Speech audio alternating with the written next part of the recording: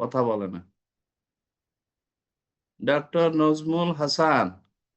Doctor Nazmul Hasan কোথাকার student বলো?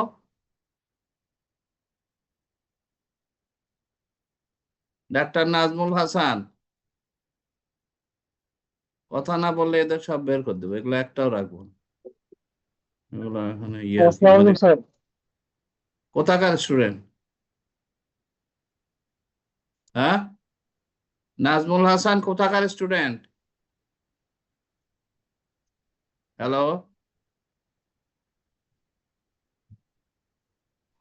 Sir আসসালামু আলাইকুম। স্যার নাজমুল মেবি স্যার আসসালামু কানেকশন আলাইকুম স্যার। পাচ্ছে না। সে কোথাকার? Sir sir Chittagong Chittagong lions lions hospital hospital. Sir. Sir ব্লুটুথের সমস্যা এই জন্য শোনা যায় না স্যার। চট্টগ্রাম কোথায়? Chittagong lions eye hospital sir. আর এই যে মানিজা আরমিন। স্যার আমিও চট্টগ্রাম লায়ন্স হসপিটালে স্যার। ওই বাকিদের বন্ধ করে দিয়ে শুধু চট্টগ্রামই রাখবো, আর সব বন্ধ করে দেবো।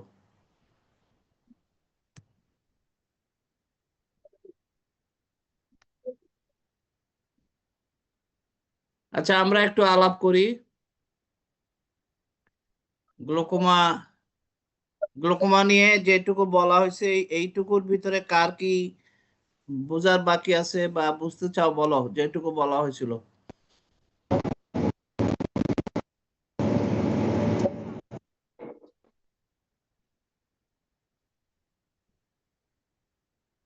কারো কিছু জিজ্ঞেস করা আছে? গত ক্লাসের উপরে কারো কোনো কথা বলার আছে?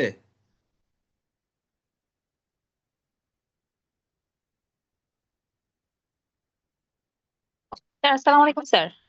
ডক্টর ওয়ালাইকুম ফাহিম আসসালাম। মাহফুজ। হ্যাঁ, বলো। স্যার একটা ক্লাসিফিকেশন যেটা বলছিলেন স্যার, ল্যাটেন্ট আর হচ্ছে সাবঅ্যাকিউট অ্যাকিউট। ল্যাটেন্টটা থেকে সাবঅ্যাকিউট অ্যাকিউট ক্রনিক তিনটাই হতে পারে। স্যার ল্যাটেন্টে কি হুম। স্যার আইটিসি থাকবে কিনা তখন স্যার ভালো করে শুনতে পারিনি। এটা একটা স্যার, আর হচ্ছে আইটিসি আর মানে আইডো লেন্টিকুলার কন্টাক্ট, এটা কি দুইটাই একসাথে থাকতে পারে কিনা স্যার? আপনি বলছিলেন স্যার যে আইটিসি আর আইএলসি এক জিনিস না, সেন্ট্রালি হবে আইএলসি, কিন্তু এই দুইটা কি একই জিনিস মানে একসাথে থাকতে পারে কিনা? প্রথম কথা হচ্ছে আইরিডো ট্যাবিকুলার কন্ট্রাক্ট। এই আইরিডো ট্যাবিকুলার কন্ট্রাক্ট আর আইরিডো ট্যাবিকুলার সাইনিকিয়াল ক্লোজার, এই দুটো এক জিনিস না। কারণ এটা জাস্ট লেগে আছে, আইরিশটা ট্র্যাবিকুলার মেশওয়ার্কের সঙ্গে লেগে আছে, এটা হলো আইরিডো ট্র্যাবিকুলার কন্ট্রাক্ট। আর যখন আইরিশ ট্র্যাবিকুলার মেশওয়ার্কের সঙ্গে সাইনিকিয়া হয়ে গেছে, অ্যাডিশন হয়ে সাইনিকিয়া হয়ে গেছে, তখন এটাকে আমরা বলি synechial closure. So this is not the same. Synechial closure is irreversible, but iridotabicular contact is reversible condition, whereas synechial closure is irreversible condition. both the things both the things can occur simultaneously. একই চোখে তোমার কিছু জায়গায় অ্যাডিডোট্যাবিকুলার contact, কিছু জায়গায় সাইনিক্যাল closure থাকতে পারে। আর দ্বিতীয় যে প্রশ্ন, সেটা হচ্ছে ল্যাটেন্ট মানে কি, অ্যাসিমটোমেটিক। অ্যাসিমটোমেটিক মানে হচ্ছে আইওপি নর্মাল আছে, নর্মাল আছে দেখেই তার কোনো কমপ্লেন নাই বা সে বুঝতে পারে না। এখন এই ল্যাটেন্ট আর হচ্ছে ম্যানিফেস্ট, এই দুটার মধ্যে আমরা বুঝাতে চাচ্ছি যে PACS, primary angle closure suspect, where the iridotabicular contact is more than 180 degree, মানে half of the angle is in contact, where the iris remains in contact with the iridotabicular measure, সেটা হচ্ছে আমাদের, সেখানে ইন্ট্রাকলার প্রেশার নর্মাল। আবার PAC, সেখানে ইন্ট্রাকলার pressure বেশি, iridotabicular কন্ট্যাক্টও মোর দেন 180 degree, সাথে IOP বেশি। এই দুটা কন্ডিশনকেই আমরা ল্যাটেন্ট গ্লোকোমা বলতে পারি। মানে গ্লোকোমার দিক থেকে ল্যাটেন্ট, যেহেতু অপটিক ডিস্ক চেঞ্জ বা ভিজুয়াল ফিল্ড ডিফেক্ট বা অ্যাকুট ফিচার্স অফ গ্লোকোমা কোনোটাই নাই, সেই জন্যই এরা ল্যাটেন্ট।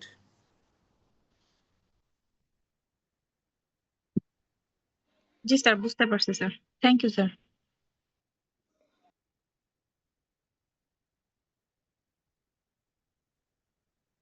আমরা বলতে চাচ্ছি যে পিএসসিএস থেকে পিএসসি হতে পারে, তাই না? পিএসসিএস থেকে আমার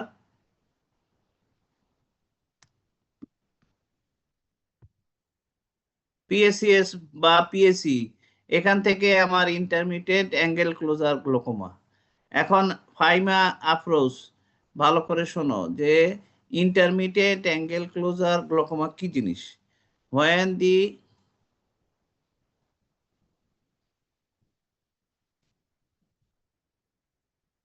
এখানে আমরা বলতেছি যে angle opens and clauses spontaneously, তাহলে অ্যাঙ্গেল ওপেন হয় আবার ক্লোজও হয়, এটা কি কারণে হয়? তার মানে এখানে কি সাইনিক্যাল ক্লোজার আছে? না, এখানে আসলে আইরিডোট্যাবিকুলার কন্ট্যাক্ট আছে। যখন আইরিডোট্যাবিকুলার কন্ট্যাক্ট অনেক বেশি জায়গা ধরে থাকে তখন ইন্ট্রাকুলার প্রেশার বেড়ে যায়, এবং তখন পেশেন্টের একটু চোখে ব্যথা হয়, মাথা ব্যথা হয়, এবং পেশেন্ট যখন আবার চোখ বন্ধ করে রাখে বা ঘুমায় যায় তখন তার পিপল ছোট হয়ে গেলে আইরিডোট্যাবিকুলার কন্ট্যাক্টটা চলে যায়। আইরিডোট্যাবিকুলার কন্ট্যাক্ট চলে গেলে তখন আবার ইন্ট্রাকুলার প্রেশার নর্মাল হয়ে যায়। এখন এরকম একটা পেশেন্ট যদি তোমার কাছে এসে বলে যে মাঝে মাঝে আমার মাথা ব্যথা করে, চোখ ব্যথা করে, একটা 45 বা 50 বছরের একটা ফিমেল পেশেন্ট, তখন তুমি কিভাবে এটাকে ডায়াগনোসিস করবা বলো ফাইমা? স্যার আমরা তো স্যার হচ্ছে প্রথমে ভিশন দেখবো স্যার, মানে আমাদের ভিজুয়াল অ্যাকুইটি দেখবো, অ্যান্টেরিয়র সেগমেন্ট দেখবো। ভিশন কি থাকবে এখানে? স্যার ভিশন নরমাল থাকতে পারে। নর্মাল থাকবে। তুমি কি কি কি পজিটিভ ফাইন্ডিংস পাবা এখানে ইন্টারমিডিয়েট অ্যাঙ্গেল ক্লোজার গ্লোকোমার ফেভারে? কি পজিটিভ ফাইন্ডিংস তুমি পেতে পারো? স্যার আইরিডোট্রপিকুলার কন্ট্যাক্টটা পাবো স্যার। না না না না, এটা বললে হবে না। তুমি কন্ট্যাক্ট সব রুগীরই কন্ট্যাক্ট দেখবা। সব রুগী, যত রুগী মাথা ব্যথা নিয়ে আসে, চোখ ব্যথা নিয়ে আসে, মহিলা মানুষ সবারই কি তুমি গনিওস্কোপি করবা? তা তো করবা না। তাহলে স্যার ওই যে প্রথমে কি পজিটিভ ফাইন্ডিং দেখে সন্দেহ স্যার করবা? আইওপি রেজ থাকতে পারে, অ্যান্টেরিয়র চেম্বার মানে ভ্যান হেরিক করে যদি স্যার শ্যালো থাকে এসি, আর আইওপি যদি স্যার রেজ থাকে স্যার, তখন স্যার আইওপি আমরা ওই রেজ থাকলে তো হয়েই গেল। আসলে ইন্টারমিডিয়েট অ্যাঙ্গেল ক্লোজার গ্লোকোমা তোমার কাছে যখন আসবে তখন কিন্তু তার ব্যথা নাই। তার মানে কি? জি স্যার। তার মানে তখন তার প্রেশার নর্মাল। তখন জি তুমি স্যার। একটা মাত্র পয়েন্ট, সেটা হচ্ছে ফিমেল পেশেন্ট 2 নম্বর হচ্ছে AC shallow, anterior chamber is bilaterally shallow, দুই চোখেই শ্যালো। এবং স্যার। ভ্যান হেরিকে আমরা বলতেছি যে অ্যাঙ্গেলটা হবে ভ্যান হেরিক কত হবে grade? Sir van Herick less than 1/4। Grade কত হবে? স্যার গ্রেড 3 1/4 এর কম হবে স্যার। গ্রেড 4 বা গ্রেড 4 কাকে বলে? গ্রেড 2। Grade 2 sir. গ্রেড 2 হবে স্যার। তার মানে দেখো, তোমাদের ভিতরে এটা নিয়ে কনফিউশন আছে। একজন বলল গ্রেড 2, তারপরে অন্যরা বলছে, এর আগে বললো একজন 4, একজন 3। তার মানে এটা তোমাদের ভালোভাবে মনে থাকতেছে না। ভালোভাবে মনে থাকার, শোনো, ভালোভাবে মনে থাকার মানে উপায় কি? উপায় হচ্ছে ভ্যান হ্যারিক গ্রেডিং এ অ্যান্টেরিয়র চেম্বার ডেপথকে আমরা 4 ভাগে ভাগ করব, এবং আমরা এটা বড় থেকে ছোটর দিকে যাব, অর্থাৎ 4 থেকে 1-এ যাব। 4 মানে normal depth, full depth thickness of the anterior chamber is equal to thickness of the cornea. তারপরে আমরা বলব দ্যাট ইজ 100% ডেপথ। তারপরে আমরা বলবো 50% ডেপথ, মানে কর্নিয়াল থিকনেসের হাফ অ্যান্টেরিয়র চেম্বার ডেপথ, তখন এটা গ্রেড 3। গ্রেড 2 হচ্ছে কর্নিয়াল থিকনেসের 1/4, দ্যাট ইজ 25%, সেটা হলো 2, এবং 1 হচ্ছে less than 25% of the thickness of the cornea, বা less than 1/4 thickness of the cornea. তাহলে ভ্যান হ্যারিক মনে রাখার ফর্মুলা হলো বড় থেকে ছোট, 4 থেকে 1-এ যেতে হবে। 4 মানে নর্মাল ডেপথ 100%, 3 হলো 50%, 2 হলো 25%, and 1 হলো লেস দেন 25% বা less than 1/4 thickness of the cornea. মনে থাকবে? জি স্যার।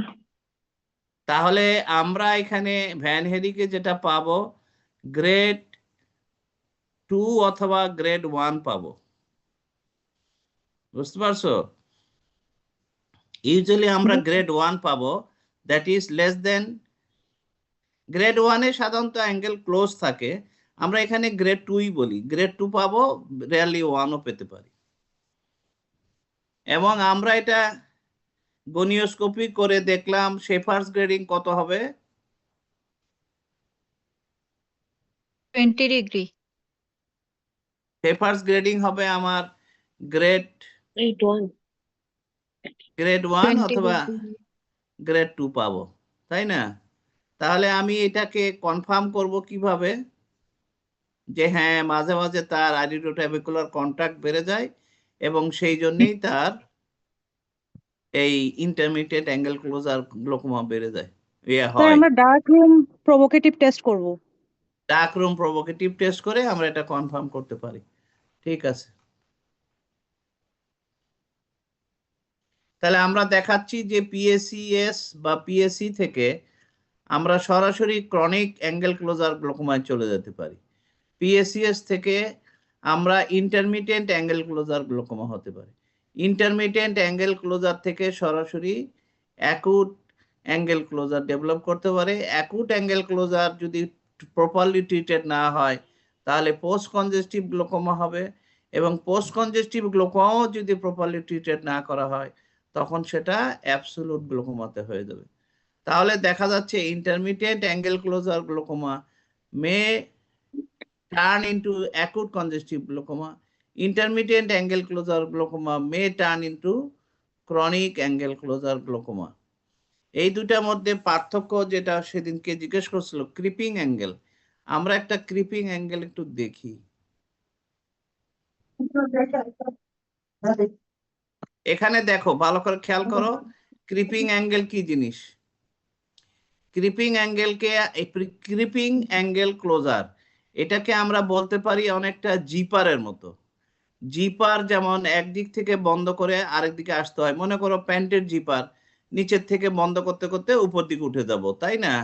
সেরকম অ্যাঙ্গেল যদি একদিক থেকে বন্ধ হতে হতে আরেক দিকে চলে যায়, মানে প্রথমে আমি সেদিন বলছিলাম 25 ডিগ্রি, 87, 90 ডিগ্রি, 180 ডিগ্রি, 270 ডিগ্রি, আস্তে আস্তে অ্যাঙ্গেলটা বেশি করে ক্লোজ হচ্ছে, এটা হলো সারকামফারেন্সিয়ালি হবে, সারকামফারেন্সিয়ালি ক্লোজ হচ্ছে।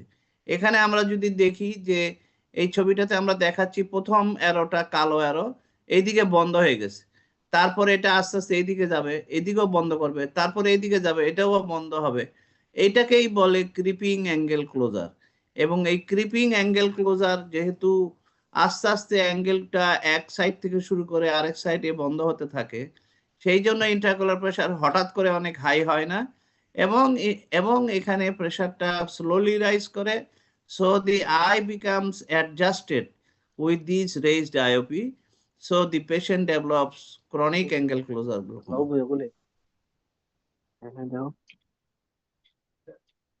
আচ্ছা, এখন একটা প্রশ্ন হলো ক্রনিক অ্যাঙ্গেল ক্লোজার গ্লোকোমা কি বাইল্যাটারাল হতে পারে না ইউনিল্যাটারাল হবে সবসময়? স্যার বাইল্যাটারাল হতে পারে। ক্রনিক অ্যাঙ্গেল ক্লোজার বাইল্যাটারাল হতে পারে এবং সেটা হবে asymmetric, অ্যাসিমেট্রিক্যালি bilateral.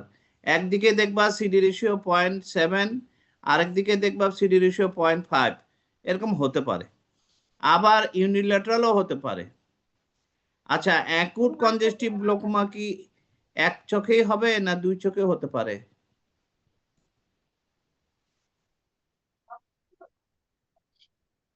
Acute congestive glaucoma commonly unilateral, but very rarely acute congestive glaucoma, rarely it can be bilateral.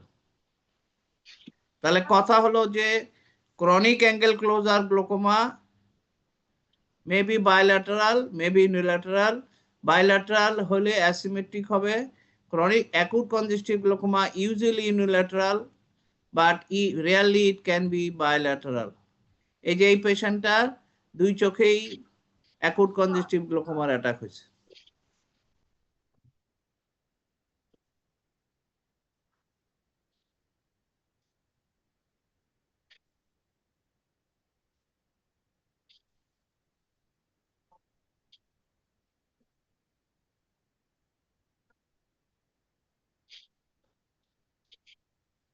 এখানে আমরা কি দেখতে পাচ্ছি এই ছবিটাতে? New vessel in pupillary margin. New vessel in iris pupillary কোথায় মার্জিন দেখা যাচ্ছে এটা? পিপলারি পিপেলারি এরিয়াতে মার্জিন। মার্জিন পিপুলারি মার্জিনে আমরা নিউ ভেসেল দেখতে পাচ্ছি। তাহলে আমাদের in case of neovascular glaucoma কোথায় আগে শুরু হয় কমনলি? পিপিলারি অ্যাঙ্গেলে মার্জিন। নাকি পিপুলারি পিপলারি মার্জিনে? Pupillary pupillary margin margin. Pupillary মার্জিনে আগে শুরু হয়, but it can occur at the angle without involving the pupillary margin. এখানে আমরা কি দেখতে পাচ্ছি? পিপিলারি মার্জিনে হচ্ছে কনস্ট্রিক্টেড অবস্থায় নিউ ভেসেল দেখা রাইট যাচ্ছে। আইতে শোনো, রাইট সাইডের ছবিটা দেখো, আমরা এখানে নিউ ভেসেল দেখতে পাচ্ছি, রুবিওসিস আইরিডিস। আর এখানে অত ভামটা ভালো বোঝা যাচ্ছে না। আচ্ছা, এটা দরকার নেই, আমরা অন্য একটা ছবিতে যাই। এখানে আমরা কি দেখতে পাচ্ছি? একজন বলো তো এখানে কি দেখতে পাচ্ছি? কি কি ফাইন্ডিংস আছে বলো? Sir, new vessel in the iris Sir. and ectropion UV. Ectropion UV R phase. কি আছে? Iris iris atrophy bombe sectoral. Mid dilated. আইরিশটা পিপলটা মিড ডাইলেটেড, একট্রোপিয়ন ইউভি আছে, এবং তোমার আইরিশ বোম্বি আছে। আইরিশ খুবই অ্যাট্রোপি সুন্দর আছে। কথা বলছো। এই আইরিশ বোম্বিটা কেন হয়েছে, কি জন্য হয়েছে?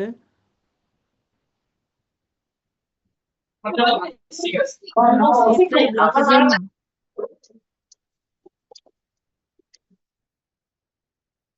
কে বলতেছো, নাম বলো আগে।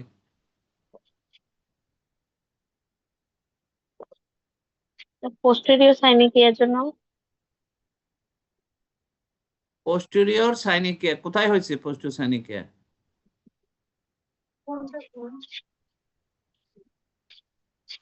ডক্টর শারমিন বলো, এই আইরিশ বোম্বিটা কি জন্য হয়েছে?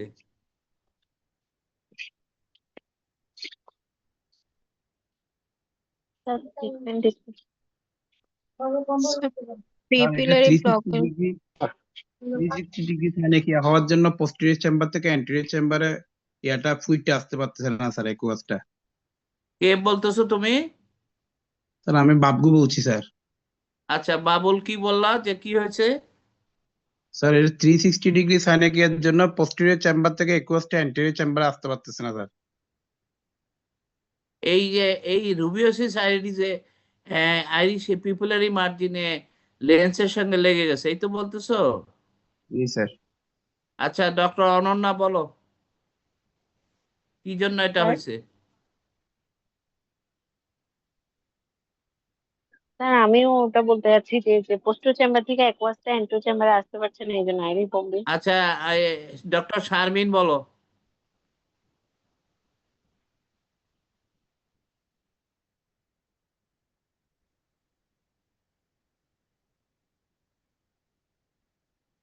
কান্তা জান্নাত কোথাকার স্টুডেন্ট? Sir এনআইও sir. এনায়েত বলো, কিসে আছো তুমি? স্যার এফসিপিএস কোর্সে স্যার। Very good. তাহলে তুমি বলো তো, তোমার কি মনে হয় এখানে রুবিওসিস আইরিশ আছে, পিপলের মার্জিনে দেখতে পাচ্ছি, and that has been extended towards the অ্যাঙ্গেলের দিকে চলে গেছে ভেসেলগুলি, সেটাও দেখতে পাচ্ছি। তারপরে একট্রোপিয়ন ইউভি দেখতে পাচ্ছি, তারপরে স্যার। দেখতে পাচ্ছি যে আইরিশ আইরিশ বোম্বি অ্যাট্রোপি দেখা আছে যাচ্ছে। স্যার। হ্যাঁ, স্যার আইরিশ বোম্বে আছে স্যার, আইরিশ অ্যাট্রোপিও আছে স্যার এখানে মনে হচ্ছে স্যার। না তুমি এই বোম্বির কারণ বলো, অ্যাট্রোপি বাদ দাও। স্যার ওই যে ওইটাই বলতে চাচ্ছিলাম স্যার, পোস্টিয়ার সেগমেন্ট থেকে মানে পোস্টিয়ার চেম্বার থেকে অ্যাড্রেস চেম্বার স্যার একবার স্যার আসতে পারতেছে না স্যার কেন পিপের আসতে ব্লকের পারবে না? জন্য। নিউভাস্কুলার গ্লোকোমাতে পোস্টের চেম্বার থেকে অ্যাঙ্গেল স্যার কেন পিপিলটা আসতে হচ্ছে পারবে? স্যার পিপিলটা হচ্ছে মিড ডাইলেটেড হয়ে আছে স্যার, নন রিঅ্যাক্টিং হয়ে আছে স্যার। এই জন্য স্যার হচ্ছে লেন্সের সাথে স্যার তার মানে অ্যাডজাস্ট শোনো হয়ে শোনো, আছে। বুঝছি তোমার কথা। ফাইব্রোভাস্কুলার তার মানে ফাইব্রোভাস্কুলার মেমব্রেন ফর্মেশন হয়, কন্ট্রাকশন হয়, সাবডুলার মেশওয়ার্কের উপরে আইরিশটা ফুল। এই জন্য স্যার পেরিফেরাল এন্টেরিয়র সাইনিকিয়া হয়ে তখন স্যার আর অ্যাকোয়াসটা ড্রেন করতে পারে না, এই জন্য আইরিশ বোম্বে হচ্ছে স্যার। কে বলছো এটা? স্যার আপনি মাশরুফা। মাশরুফা, ডক্টর মাশরুফা, সিআইটিসি। জি স্যার। তোমাকে অনেক ধন্যবাদ, তুমি হচ্ছে সঠিক কথাটা বলছো। এখানে আসলে পোস্টেরিয়র সাইনিকিয়া কিছুই নাই। এখানে প্রথম কথা হচ্ছে অ্যাঙ্গেল অফ দ্য অ্যান্টেরিয়র চেম্বারে যে নিউ ভেসেল আছে, যে ফাইব্রোভাস্কুলার মেমব্রেন আছে, সেই ফাইব্রোভাস্কুলার মেমব্রেনটা কন্ট্রাক্ট করছে। কন্ট্রাক্ট করার জন্য it pulls the iris towards the trabecular meshwork, towards the cornea, এ পুল করে নিয়ে আসছে। কিন্তু প্রাইমারি অ্যাঙ্গেল ক্লোজার গ্লোকোমাতে সেখানে হয় কি, পুশ হয়। In primary angle closure glaucoma, the iris bombi occurs due to pushing of iris towards the periphery of the cornea by the excessive accumulation of aqueous at the posterior chamber. But in in neovascular glaucoma, iris is pulled, not pushed. Nothing is pushing from behind. It is pulled by the due to contraction of the fibrovascular membrane at the angle of the anterior chamber. So the iris appears like Bombi appearance is present. And pulling, sign of pulling is also present on the anterior surface because due to pulling of the posterior pigment epithelium over to the anterior surface of the iris, there is ectropion UV. This ectropion UV also developed due to contraction of the fibrovascular membrane on the anterior surface of the iris near the pupil. The blood vessel but the fibrovascular membrane that are seen at the region of the colarite, at the region of the pupillary margin, this fibrovascular membrane also contract. So it causes the ectropion UV. বোঝা গেছে এবার? জি sir.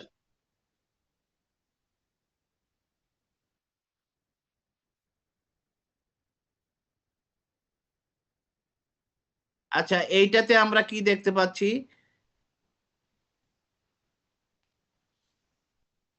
পেশেন্টের positive finding গুলো একজন বলো। Doctor Fahmida Swarna, কোথায় আছো?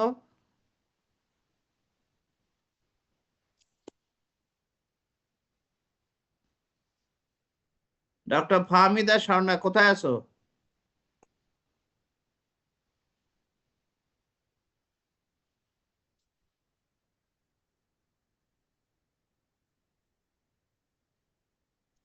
Sir যারা আসসালামু কথা আলাইকুম। বলবে না, হ্যাঁ বলো। স্যার ওখানে আইরিশে নিউ ভেসেল আছে, তারপরে হচ্ছে ফাহমিদা স্যার। স্বর্ণা কোথায় আছে আগে সেটা বলো। স্যার আমি এনআইওতে আছি স্যার। হ্যাঁ বলো, এখানে কি কি স্যার পজিটিভ ফাইন্ডিংস আছে? স্যার এখানে আইরিশ নিউ ভেসেল আছে স্যার, আর আর এট দ্য মার্জিন। শুধু মার্জিনে না, পুরো সারফেসে আছে, একদম পিপুলারি মার্জিন থেকে অ্যাঙ্গেল পর্যন্ত চলে গেছে, দেখা যাচ্ছে। আর কি আছে? আর স্যার আইওপি কি বেশি আছে, কর্নিয়া একটু হেজি মনে হচ্ছে স্যার। তোমার ওটা দেখার দরকার নেই, তুমি যা দেখতে পাচ্ছ তাই বলো। স্যার ectropion UV আছে। ectropion আছে, আর কি আছে? Sir people sir mid dilated হয়ে আছে স্যার। পিপিলটা ectropion মিড UV আছে। ডাইলেটেড আছে। আর কি আছে? ক্যাটারাক্ট ক্যাটারাক্ট আছে আছে। স্যার, এখানে আছে আইরিশ বোম্বি মনে হইতেছে স্যার। এখানে আইরিশ বোম্বে আছে, আমরা দেখতে পাচ্ছি এই সাইডে।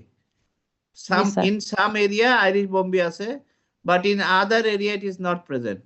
তাহলে আমরা কি বলতে পারি না যে এইটা হচ্ছে, এখানে যে peripheral angiosync is present at some places, but in other places there is no posterior peripheral angiosync. ঠিক আছে?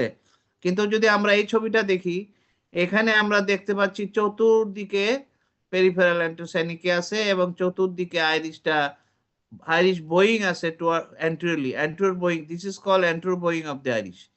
এখানে আমরা ঠিক আইরিশ বোম্বি বলতে চাচ্ছি না, যেহেতু এটা পিছন থেকে কেউ ঠেলা দিচ্ছে না, এটা সামনে থেকে আইরিশটাকে টেনে ধরা হয়েছে।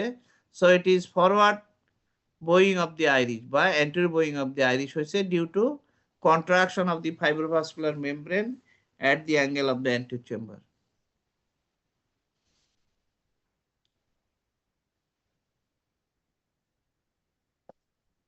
তাহলে আমরা যদি এই ছবিটা দেখি, বামের ছবিটা, এখানেও রুবিয়াসিস আইরিস ফাইন আইরিশ ভেসেল আছে, এইদিকে দেখা যায়, কিন্তু আইরিশটা ফরওয়ার্ড বোয়িং নাই।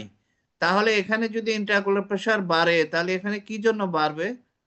এবং আমি বলছি যে পেরিফেরাল অ্যান্টিওসাইনিকিয়া নাই, তাহলে এখানে কি জন্য প্রেসারটা বাড়বে?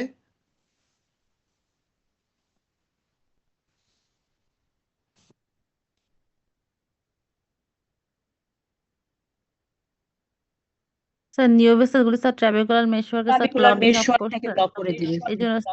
এই জন্য স্যার প্রেসার বাড়ছে। অর্থাৎ presence of fibrovascular membrane without contraction, when there is a presence of fibrovascular membrane at the angle of the anterior chamber and for which the aqueous cannot passes into the trabecular meshwork through this fibrovascular membrane, in that cases the intraocular pressure will be raised and this neovascular glaucoma is called open angle glaucoma. That means rubeosis iris can cause secondary open angle glaucoma and secondary angle closure glaucoma.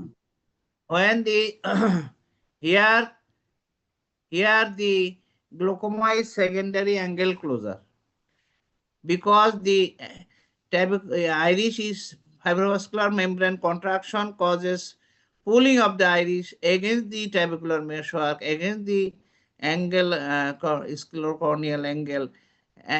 So it is secondary angle closure glaucoma. But here, when the anterior chamber is in normal depth, iris is not bulged forwards, but the rubeosis iris is present, and the vessel is also present at the angle of the anterior chamber. This is actually secondary open angle glaucoma. So neovascular glaucoma may be secondary open angle or angle closure.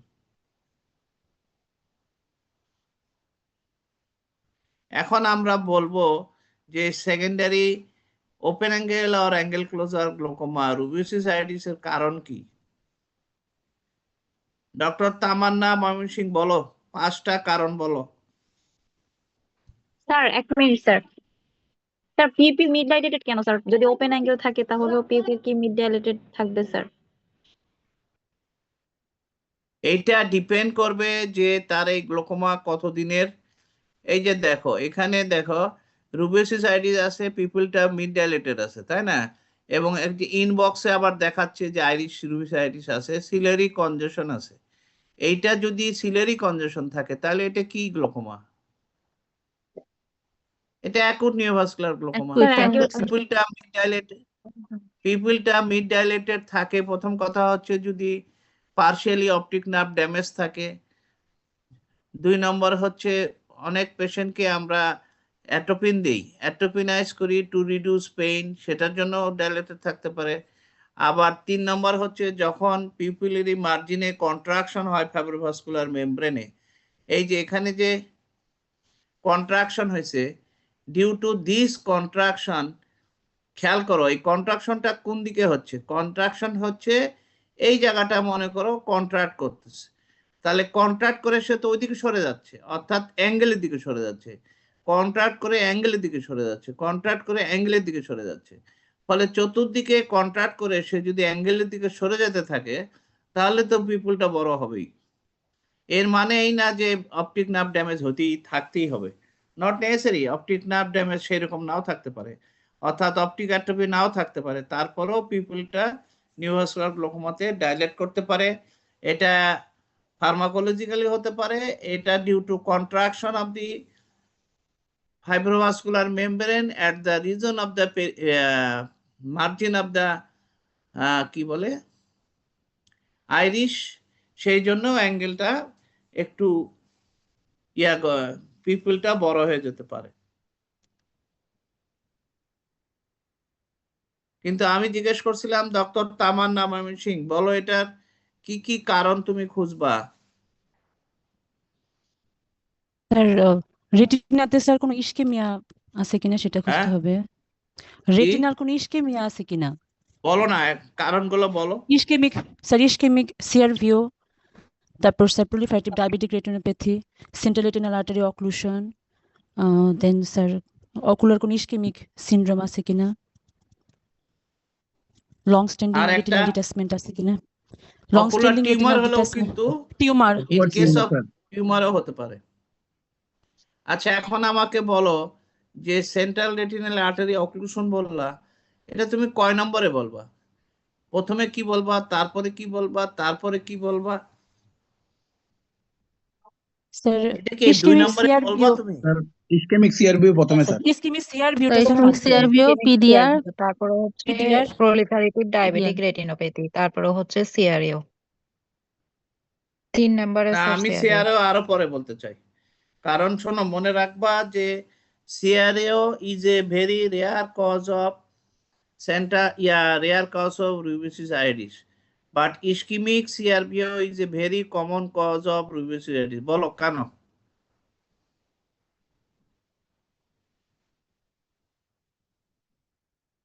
Sir risk doctor factor. Mashrufa বলো।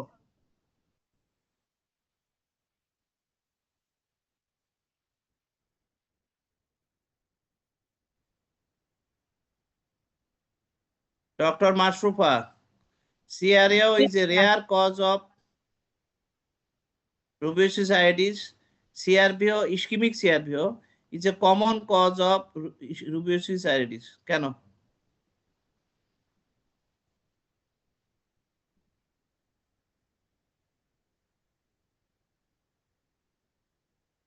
Sir সিআরভিওতে arterial সার্কুলেশনটা তো sir ঠিক থাকে, sir venous occlusion হয়। আর sir সিআরএও এত তে sir না sir হলো তো, তাতে কি হলো? স্যার সেজন্য যখন স্যার ইসকেমিয়া হয় তখন স্যার আর্টেরিয়াল সার্কুলেশনটা যখন থাকে স্যার, তখন বেশি বেশি অ্যান্টিভিএজিএফ রিলিজ হয় স্যার। তখন হচ্ছে sir blood arterial vessel circulation কি হয়েছে? কি হয়েছে আর্টেরিয়াল সার্কুলেশন? স্যার ইনটেক্ট থাকে স্যার। আচ্ছা, প্রথম কথা হচ্ছে, তুমি একটু ঘুরাই বলছো। প্রথম কথাটা হচ্ছে in CRO as the ganglion cells of the retina and other cells of the retina are already dead. In CRO, as the artery supply is occluded, so the inner two-thirds of the retina is damaged, or the cells become dead. But in CRBO, the cells are ischemic CRBO, the cells are injured, not dead. They are partially dead. So আমি যেটা common ভাষায় বলি যে একজন মানুষ যখন মারা যাবে, সে কিন্তু কোনো চিৎকার করবে না। বাঁচার জন্য কোনো চিৎকার করার পথ তার বন্ধ হয়ে গেছে। কিন্তু যে মানুষটা আহত হয়েছে, সে গুলি খেয়ে আহত হোক, চাকু খেয়ে আহত হোক, যেভাবে আহত হোক, সে কিন্তু চিৎকার করবে, বাঁচাও বাঁচাও বলে চিৎকার করবে। So in ischemic CRBO or BRBO, the cells are partially dead, so they release VEGF to protect them. VEGF is released to protect them, but in CRAO, the cells are already dead, so they cannot release VEGF. That is the reason why in CRBO, neovascular glaucoma is common, but in CRAO it is rare. তাহলে কখন হবে CRAO তে? When the central retinal artery occlusion is partial. When there some vision is present, say vision is 660, this patient can develop rubicitis or neovascular glaucoma. When the central retinal artery occlusion is partial, that means still some blood is flowing side through the central retinal artery. Say a thrombus is formed or an embolus is formed at the central retinal artery, but still there is a space through which the blood can passes into the retina. So the cells, all cells are not dead. Some of the cells are still alive, so they can release VEGF to produce rubicitis, new vessel. Clear হয়েছে? জি sir. জি sir. পরিষ্কার? কোনো বক্তব্য আছে?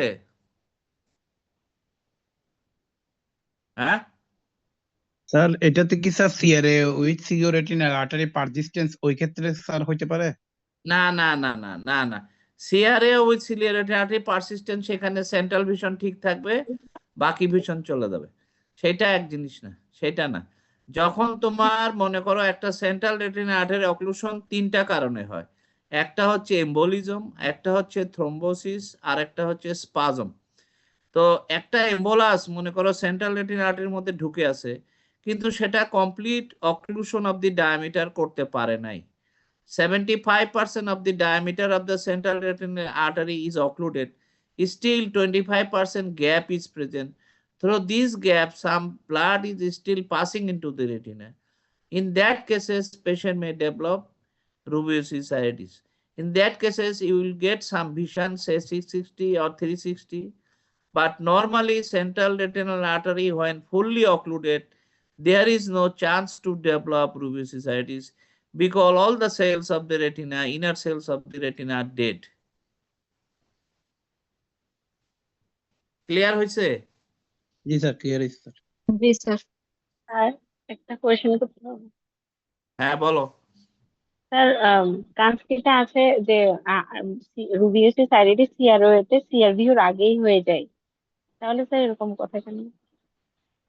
আগে হয়ে যায় মানে কি বলছে যে হইলে সিআরভিওতে হইতে সময় লাগে 100 দিন, 100 ডেজ গ্লোকোমা বলি, কিন্তু সিআরএওতে হইলে 1 মাসের মধ্যে হয়ে যেতে পারে।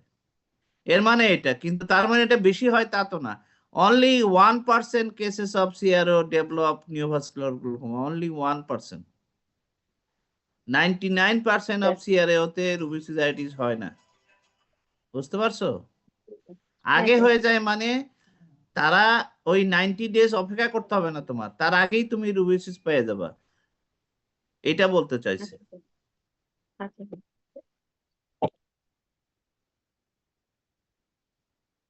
আচ্ছা এখন বলো, এই এই যে তুমি যে এইটা যে কি বলে একটা কন্ডিশন বললাম যে রুবিওসিস আছে সাথে ভিট্রাস হেমারেজ আছে, তাহলে ম্যানেজমেন্টটা কিভাবে আগাবে? একটা কেস তোমাকে দেওয়া হয়েছে পরীক্ষায়, vitreous haemorrhage with rubeosis iris with raised intraocular pressure, তাহলে এটা তো neovascular glaucoma with vitreous haemorrhage, তাই না? And fundus is not visible at all. তাহলে এই পেশেন্টটাকে তুমি how will you manage the case? তুমি ম্যানেজমেন্ট কি লিখবা, কি কি হবে এটার management?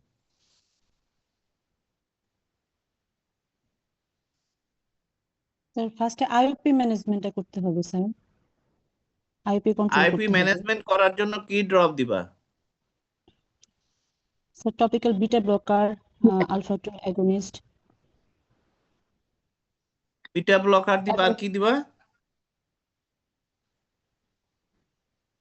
Alpha sir 2 alpha agonist, agonist. Alpha 2 agonist, Brimonidine। Brimonidine দিবা। আর কি দিবা? Sir carbonic atropine anhydrate. Topical.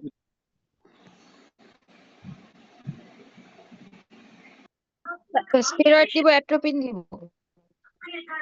হ্যাঁ এটা হলো বিটা একটা ব্লকার, ইম্পর্টেন্ট। কার্বনিক অ্যানহাইড্রেট দিব, কার্বনিক স্টেরয়েড, অ্যানালিসিস অ্যাট্রোপিন। শোনো শোনো, আন্দাজে বললে হবে না। প্রথম কথা হচ্ছে এখানে স্টেরয়েড অবশ্যই দিতে হবে, কারণ এখানে ইনফ্লামেশন আছে। সঙ্গে তোমার তুমি এখানে অ্যাট্রোপিন দিব বা মাইটেটিক দিব, যাতে এখানে পেইন কমাইতে হলে নিওভাস্কুলার গ্লোকোমাতে স্টেরয়েড এবং অ্যাট্রোপিন দিতে হবে। 2 নম্বর হচ্ছে যে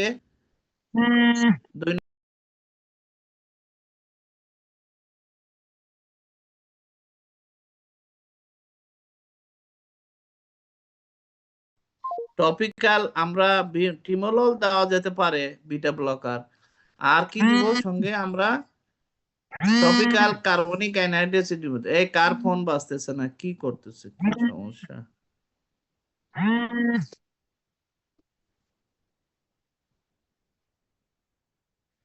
আচ্ছা তারপরে কি করবা, পরীক্ষা কি করবা? বি স্ক্যান করবো স্যার। স্ক্যান করে কি দেখতে চাও? স্যার রেটিনাল ডিটাচমেন্ট আছে কিনা স্যার। মানে ট্র্যাকশনাল আরডি আছে কিনা? জি স্যার। ট্র্যাকশনাল আরডি আছে কিনা এটাই দেখতে চাচ্ছ তো, না? জি স্যার। আচ্ছা, ট্র্যাকশনাল আরডি আছে, বি স্ক্যান করে দেখলে ট্র্যাকশনাল আরডি আছে, তাহলে কি করবে এখন? স্যার তাহলে তো স্যার এটা ডায়াবেটিক রেটিনোপ্যাথি থেকে হয়তোবা হেমারেজ হয়েছে স্যার, এটা বুঝতে হবে। স্যার সেক্ষেত্রে আমরা স্যার অ্যান্টিভিজিএফ এক ডোজ দিয়ে তারপরে স্যার অপারেটিভ ম্যানেজমেন্টে যেতে পারি স্যার। কয়দিন পরে অ্যান্টিভাইরাস দেওয়ার কয়দিন পরে অপারেশন করবা? তার 72 আওয়ার্স এর মধ্যে। 3 to 5 days এর মধ্যে করলেই হবে। আচ্ছা, আর মনে করো যে আরেকটা পেশেন্ট দেখলা যে ওই ইয়া নাই, আচ্ছা অপারেশন করে, অপারেশনে কি কি কাজ করবা তুমি? স্যার ভিট্রেক্টমি আর আমরা কি? স্যার আপনারা ফার্স্ট বিক্রি ভিট্রেক্টমি করব, এক্সপ্লোরেশন করব স্যার, তারপরে স্যার মেমব্রেন ক্লিনিং করব, আর স্যার হচ্ছে গিয়ে আর স্যার এন্ডোলেজার করব, ফ্লুইড এয়ার এক্সচেঞ্জ করব আর স্যার। হ্যাঁ কি স্যার কি ফ্লুইড এয়ার এক্সচেঞ্জ? দিব exchange sir. Air fluid exchange করব স্যার। তুমি এখানে সিলিকন অয়েল দিতে চাও না দিতে চাও? দিব না স্যার। কেন? দিব স্যার স্যার। এই যে স্যার তুমি ট্র্যাকশনাল আরডি, শোনো, ট্র্যাকশনাল আরডির ওখান থেকে যে ফাইব্রোভাস্কুলার মেমব্রেনটা সরাইছো, এর জন্য কি রেটিনাতে, এর জন্য কি রেটিনাতে, হ্যাঁ হ্যাঁ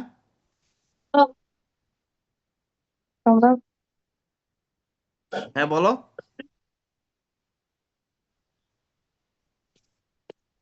রিফা আক্তার, রিফা আক্তার কোথাকার? হ্যাঁ, ডক্টর রিফা আক্তার কোথাকার মেয়ে?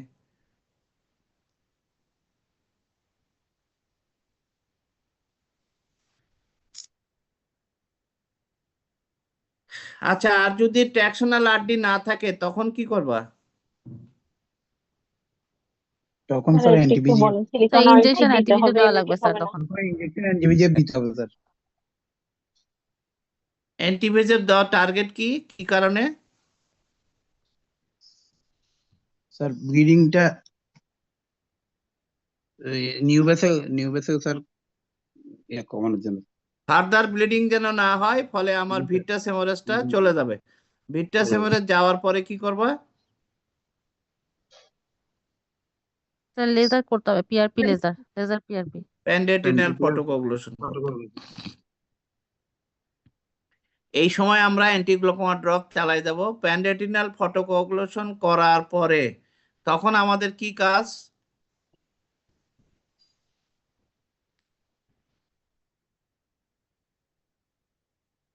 স্যার আইপি তারপরে মনিটর স্যার করতে রেগুলার হবে, ফলো আপ করব স্যার। ফলো আপ করতে হবে। হ্যাঁ, ফলো আপের সময় কি দেখবা? Sir ischemic, sir sir X IOP করতে দেখবো হবে স্যার, স্যার। গনিয়োস্কোপি করব। আচ্ছা, এখন দেখলা যে প্যানরেটিনাল ফটোকোগুলেশন 2 মাস আগে করা হয়েছে, তারপরেও তার ইন্টারকুলার প্রেসার বেশি, তখন কি করবা? Glaucoma drainage device. Cyclodiode ablation sir. অথবা স্যার স্যার ভীষণের আনসার উপর নির্ভর করবে স্যার। ভীষণ যদি স্যার আমার ভীষণ যদি স্যার যদি খুব সেটা বেশি যদি থাকে একটু যে করতে স্যার পারি স্যার। পিএল এর কাছাকাছি এই হয়ে যায়, কথা তাহলে কম, স্যার ডক্টর রিয়াসাদ বলতেছে, বলতে দাও ওকে। হ্যাঁ ডক্টর রিয়াসাদ বলো।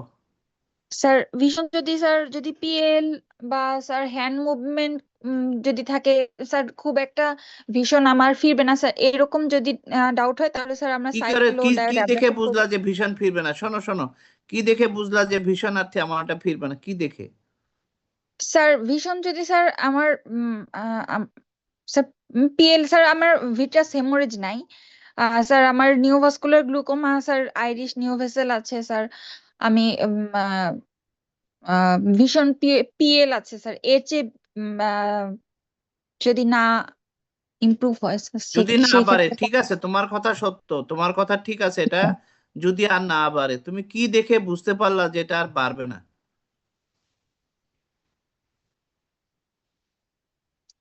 স্যার আরইপিটি প্রথম কথা স্যার হচ্ছে কি, আমরা যখন ভিট্রাস ইয়ার হেমোরেজ থাকবে না চলে স্যার। গেছে অথবা ভিট্রাস হেমোরেজ নাই, সেই অবস্থায়ও পেশেন্টকে, একটা এমন পেশেন্ট আসতে পারে নিউভাস্কুলার গ্লোকোমা আছে, মিডিয়া ক্লিয়ার, তখন তো তুমি দেখছো যে অ্যাঞ্জিওগ্রাম করে দেখলা রেটিনাতে প্রচুর নন পারফিউজ এরিয়া আছে তখন তুমি প্যানরেটিনাল ফটোকগুলেশন করে দিবা, যদি ভিট্রাস হেমারেজ না থাকে, মিডিয়া যদি ক্লিয়ার থাকে।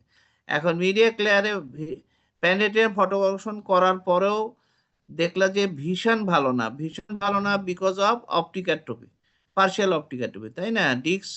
ডিস্কটা পেল হয়ে গেছে, গ্লোকোমাটাস কাপিং আছে এবং ডিস্ক অনেক পেল হয়ে গেছে। এবং মনে রাখবা অ্যাকুট গ্লোকোমাতে কিন্তু ওইরকম টিপিক্যাল কাপিং হবে না, পুরা ডিস্কটাই মনে হবে পেল হয়ে গেছে।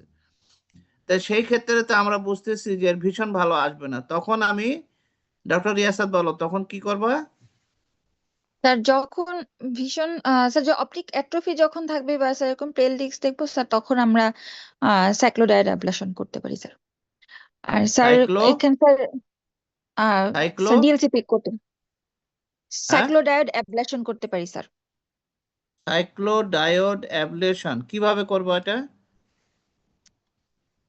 স্যার স্যার ডায়োড লেজার দিয়ে স্যার আমরা সিলিয়ারি বডি তে স্যার হচ্ছে গিয়ে বার্ন করে দিব স্যার কয়েকটা কোন রিজিয়নে। দিক দিয়ে দিবা? স্যার দুই ভাবে করা যেতে পারে স্যার, বা এক্সটার্নালি করা যেতে পারে, আবার এন্ডোস্কোপিক্যালি করা যেতে পারে। এক্সটার্নালি বার্ন করবা কিভাবে? স্যার সিলিয়ারি বডিতে স্যার ডায়োড লেজার বার্ন করবো স্যার। স্যার কিভাবে? লিম্বাস উপর থেকে দিকে? 4 মিলিমিটার, লিম্বাস থেকে 2 মিলিমিটার দূরে এটাকে আমরা বলতেছি ট্রান্সস্ক্লেরাল ডায়োড লেজার সাইক্লোফটোকোয়াগুলেশন। সাইক্লোফটোকোয়াগুলেশন করতে হলে তো তোমার ভিতর দিয়ে যাইতে হবে রে বাবা। তুমি সাইক্লো ক্রায়োপেক্সি করতে পারো। মোস্ট কমনলি আমরা যেটা করি সেটা হচ্ছে সাইক্লো ক্রায়োপেক্সি, অর্থাৎ আমরা ciliary body over the sclera, কনজাংটিভাও কাটবো না, কনজাংটিভার উপর দিয়েই আমি আমাদের যে গ্লোকোমা প্রব আছে, গ্লোকোমা প্রবের ডায়ামিটার কত হয়?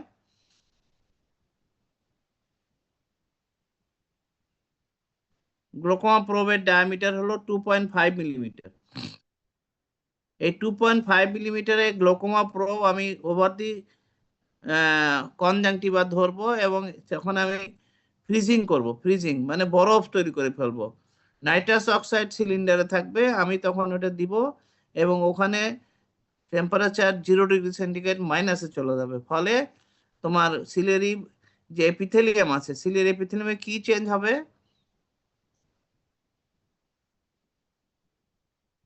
সাইক্লোক্রায়োপেক্সিতে সিলিয়ারি এপিথেলিয়াম গুলো ডেড হয়ে যাবে। কেন ডেড হয়ে যাবে? নষ্ট হয়ে যাবে। করলে স্যার কিন্তু কোল্ডের কারণে স্যার যে যখন আমি পানির আয়তন বেশি না বরফের আয়তন বেশি? বরফের স্যার। বরফের পানির আয়তন স্যার। বেশি। কাঠপাটা পানির চেয়ে বরফের আয়তন বেশি। তা আমি বরফের যখন আয়তন। ঠান্ডা যখন দিব, শোনো, যখন আমি মাইনাস বা 0 ডিগ্রি সেন্টিগ্রেড বা মাইনাস টেম্পারেচার দিচ্ছি, তখন প্রত্যেকটা সেলের ভিতরে যে পানি আছে সেটা বরফে পরিণত হবে, প্রত্যেকটা অর্গানেলিজের ভিতরে যে পানি আছে সেটা বরফে পরিণত হবে। ফলে সেল সাইজটা বড় হয়ে যাবে বরফের কারণে, ফলে সেল মেমব্রেন রাপচার হবে, অর্গানেলার মেমব্রেন গুলা রাপচার হয়ে যাবে, ফলে সেল ডেথ হবে। সাইক্লোক্রায়োপেক্সি এইভাবে আমাদের সিলিয়ারি এপিথেলিয়ামকে ডিস্ট্রয় করে দেয়, ফলে আমার অ্যাকোয়াস প্রোডাকশন মার্কলি ফল করবে। ফলে আমার target is to give comfort to the patient by reducing pain and inflammation. এবং আমরা অ্যাট্রোপিন এবং স্টেরয়েড ড্রপ দিব, সঙ্গে আমরা কিছুদিন সঙ্গে আমরা অ্যান্টিগ্লোকোমা ড্রপ চালিয়ে যাব। পরবর্তীতে আমার ইন্ট্রাঅকুলার প্রেশার এমনি কমে যাবে, সিলিয়ারি বডি শাটডাউন হবে এবং তখন পেশেন্ট সিমটোমেটিক্যালি ফ্রি অফ সিমটম থাকবে। দ্যাট মিন ভীষণ থাকবে না, কিন্তু তার ব্যথা থাকবে না। আর যদি ভীষণ ভালো থাকে, রিয়াসাত বলো, ভীষণ ভালো থাকলে কি করবা? ভীষণ আছে 618। স্যার গ্লুকোমা ড্রেনেজ ডিভাইস দিব স্যার, যদি আইওপিটা কন্ট্রোল না হয়। স্যার আইপি যদি যদি পেশেন্ট কন্ট্রোল না হয়, প্যানরেটিনাল ফটোকগুলেশন করার পরেও যদি আইপি কন্ট্রোল না হয়, তখন আমরা জিডিডি করতে পারি, গ্লোকোমা ডিভাইস, তাই না? জি স্যার। আর কি করতে পারি ট্রাবেকুলেক্টমি? স্যার ট্রাবেকুলেক্টমি তো করবো না স্যার, যদি করি স্যার মিটোমাইসিস এমএমসি দিয়ে জি করবো। স্যার। কেন করব না? স্যার, এটা তো স্যার স্যার এফেক্টিভ নিউভাস্কুলারাইজেশনের চান্স বেড়ে মানে স্যার আর একটু পটেনশিয়েট হবে স্যার, এখানে তো স্যার মানে সিলিয়ারি বডিটা তো ফাইব্রোভাস্কুলার, শোনো, ফাইব্রোভাস্কুলার membrane that is present at the angle will penetrate into the trabeculectomy hole, তাই না? যে জায়গায় ট্রাবেকুলেক্টমি হোলটা আছে ওর ভিতর ঢুকে যাবে, ঢুকে ওটা বন্ধ জি করে স্যার। দিবে। সেই জন্য আমরা চাই, আমরা যদি এখানে বলে যে মডিফাইড ট্রাবেকুলেক্টমি করা যাবে, মডিফাইড, কিরকম মডিফাইড সেটা হচ্ছে দি, আমরা একটু দেখাই।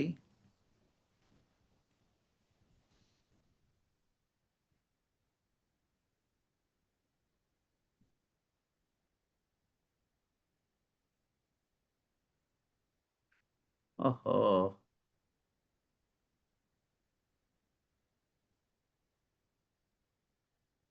এই যে দেখো এখানে একটা ট্রাবেকুলেক্টমি করতেছে, এখানে আমরা কি বলছি যে এইদিকে নিব 5, এইদিকে 5, এইদিকে 5, এরকম হতে পারে, অথবা 5 বা 4।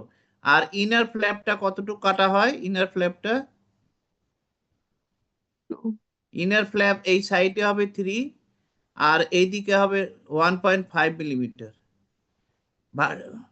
মানে অর্ধেক। হরাইজন্টালি হবে 3 মিলিমিটার আর ভার্টিক্যালি হবে 1.5 মিলিমিটার ভিতরের হোলটা। সেই ক্ষেত্রে আমরা মডিফাইড ট্রাবেকুলেক্টমিতে আমরা এই দিকে ওপেনিংটা আরেকটু বড় করব, এখানে 5 মিলিমিটার না যায় একটু 6 মিলিমিটার বা 7 মিলিমিটার যাব, এবং আমি ইনার ফ্ল্যাপটাও মনে করো 4 মিলিমিটার, মানে ভিতরের হোলটা আরেকটু বড় করে দিব। এবং আমি এইটা অপারেশনের সময় একটা কাজ করব যে মাইটোমাইসিন সি ব্যবহার করব, মাইটোমাইসিন সি ব্যবহার করব সাবকনজাংটিভালি এবং সাব স্ক্লেরাল, স্ক্লেরার তলেও মাইটোমাইসিন দিয়ে কিছুক্ষণ দিয়ে রাখবো, উপরেও দিয়ে রাখবো, ফলে আমার এখানে চান্স অফ ফাইব্রোসিস অনেক কমে যাবে।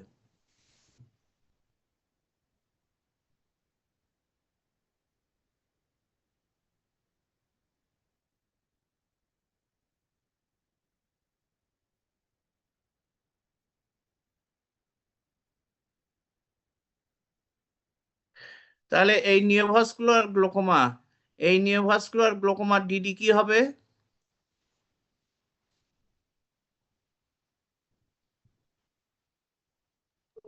acute angle closure glaucoma, আর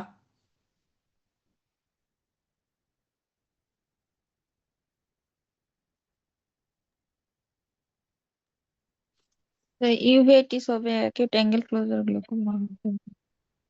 অ্যাকুট অ্যান্টিবায়োটিসও হবে, অ্যাকুট অ্যাঙ্গেল ক্লোজার গ্লোকোমা হবে, অ্যাকুট নিওভাস্কুলার গ্লোকোমা হবে, তারপরে তুমি এটাকে গ্লোকোমাটোসাইক্লেটিক ক্রাইসিসও বলতে পারো, এগুলো বললেই হবে, ঠিকই আছে। স্যার আচ্ছা, ট্র্যাকশন একটা, থাকলে সিলিকন অয়েল দিব কিনা একটু আবার হ্যাঁ বললে। কি স্যার ট্র্যাকশনাল আরডি থাকলে সিলিকন অয়েল দিব কিনা একটা কোশ্চেনটা ছিল। ট্র্যাকশনাল আরডি থাকলে আমরা সিলিকন অয়েল পছন্দ করি। কেন পছন্দ করি?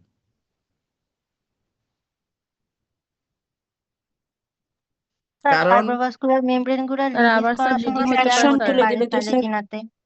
রেটিনাতে টিয়ার হতে পারে, হ্যাঁ, যখন আমি মেমব্রেন পিলিং করব সেই সময়তে মাইক্রো টিয়ার হতে পারে, সেই টিয়ার থেকে পরে রেগমোটোজেনাস হার্ডি হতে রেটিনাল পারে। ডিটাচমেন্ট ডেভেলপ করতে, সেই জন্য আমরা সিলিকন অয়েল দিয়ে রাখি, যেন 3 মাস সিলিকন অয়েল রাখলে ওই যেটুকু টিয়ার ছিল ওটা সিলড হয়ে যাবে। এবং সিলিকন অয়েল একটা ভারী বস্তু যেটা ওখানে রেটিনাকে চাপ দিয়ে রাখবে, ফলে রেটিনাল ডিটাচমেন্ট হতে পারবে না, সেই জন্যই সিলিকন অয়েল দেওয়া হয়। স্যার নিওভাস্কুলার গ্লুকোমাতেও কি স্যার সিলিকন অয়েল দিতে পারি স্যার? সমস্যা কি?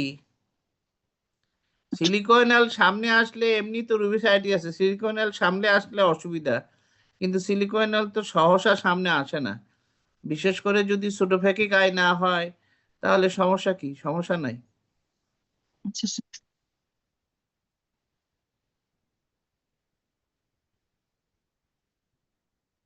আচ্ছা, আমরা একটু অ্যান্টিগ্লোকোমা ড্রাগ পড়ি আজকে। হ্যাঁ, এই জায়গাটা তোমাদের অনেকেরই সমস্যা। আর অ্যান্টিগ্লোকোমা ড্রাগ ইনভেরিয়েবলি ধরা হবে পরীক্ষাতে। অ্যান্টিগ্লোকোমা ড্রাগ ধরার সম্ভাবনা খুব বেশি থাকে। আচ্ছা বলো তো, একজন একটু বলো শুনি, যে এই যে তোমার ব্রাইমোনিডিন কিভাবে কাজ করে? How it reduces intraocular pressure? Sir uveoscleral outflow বাড়ায় স্যার, তার সাথে হচ্ছে গিয়ে আহ, স্যার অ্যাকুয়াস সাপ্রেশনও করে। অ্যাকোয়াস সাপ্রেশন কিভাবে করে? অ্যাকোয়াস প্রোডাকশন কমায় দেয় কিভাবে? স্যার এটা তো আলফা অ্যাগনিস্ট হ্যাঁ, স্যার। স্যার আলফা তো 1 হ্যাঁ স্যার রিসেপ্টর বলো। উপরে কাজ করে sir. Sir alpha 1 alpha receptor উপরে কাজ করে স্যার, সিম্প্যাথেটিক অ্যাক্টিভিটি বাড়ায়। বাড়ায় দেয়। বাড়ায় দিলে জি কি স্যার। হয়? স্যার সেক্ষেত্রে স্যার সিক্রেশনটা কমে যায় স্যার। সিম্প্যাথেটিক অ্যাক্টিভিটি, হবে স্যার। সিম্প্যাথেটিক ভ্যাসোকনস্ট্রিকশন হবে অ্যাক্টিভিটি, হ্যাঁ ভ্যাসোকনস্ট্রিকশন হবে স্যার এখানে। স্যার আলফা 2 রিসেপ্টরটা ব্লাড ভেসেলের উপর কাজ করে স্যার, ভ্যাসো কনস্ট্রিকশন করে।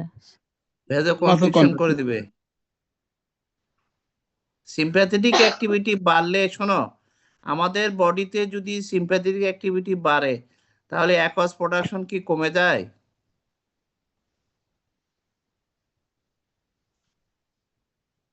ও না, বাড়ে। স্যার এটা সাইক্লিক এম্পের হ্যাঁ, আচ্ছা প্রোডাকশন কমায়। আচ্ছা, আমি জানি তোমরা এটা নিয়ে যথেষ্ট কনফিউশন আছে। আমি বলি শোনো, আমাদের রাতের বেলা ইন্টারকুলার প্রেসার কমে যায়, তাই না? দিনের বেলার চেয়ে রাতের বেলা ইন্টারকুলার প্রেসার কম থাকে। দিনের বেলার চেয়ে ব্লাড প্রেসার রাতের বেলা কম থাকে।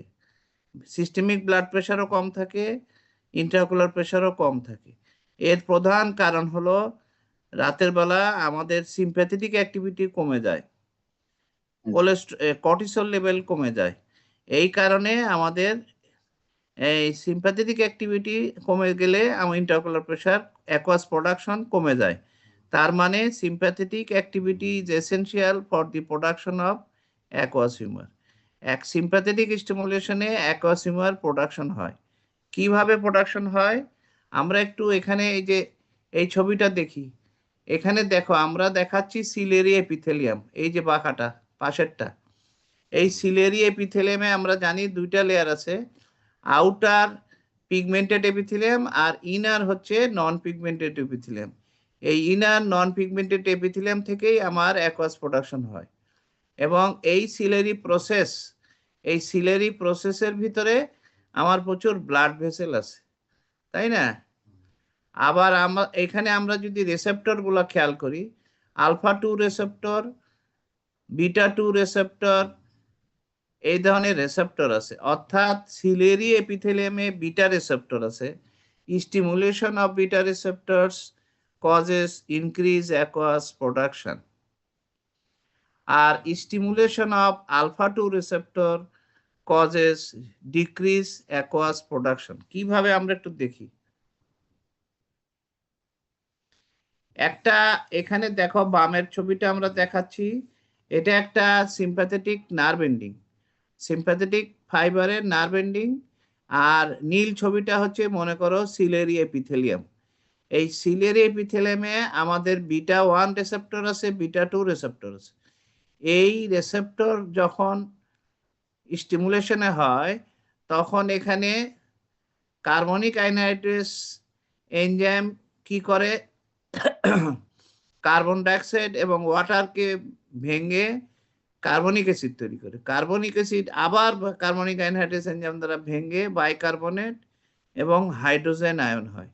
এই বাইকার্বনেট সোডিয়ামের সঙ্গে বেরিয়ে গেলে তখন সিলের এপিথেলিয়াম থেকে বাইকার্বনেট এবং সোডি বাইকার্ব যখন বেরিয়ে যাবে সঙ্গে সঙ্গে পানিও বেরিয়ে যাবে, সেটাই হলো অ্যাকোয়াস হিউমার।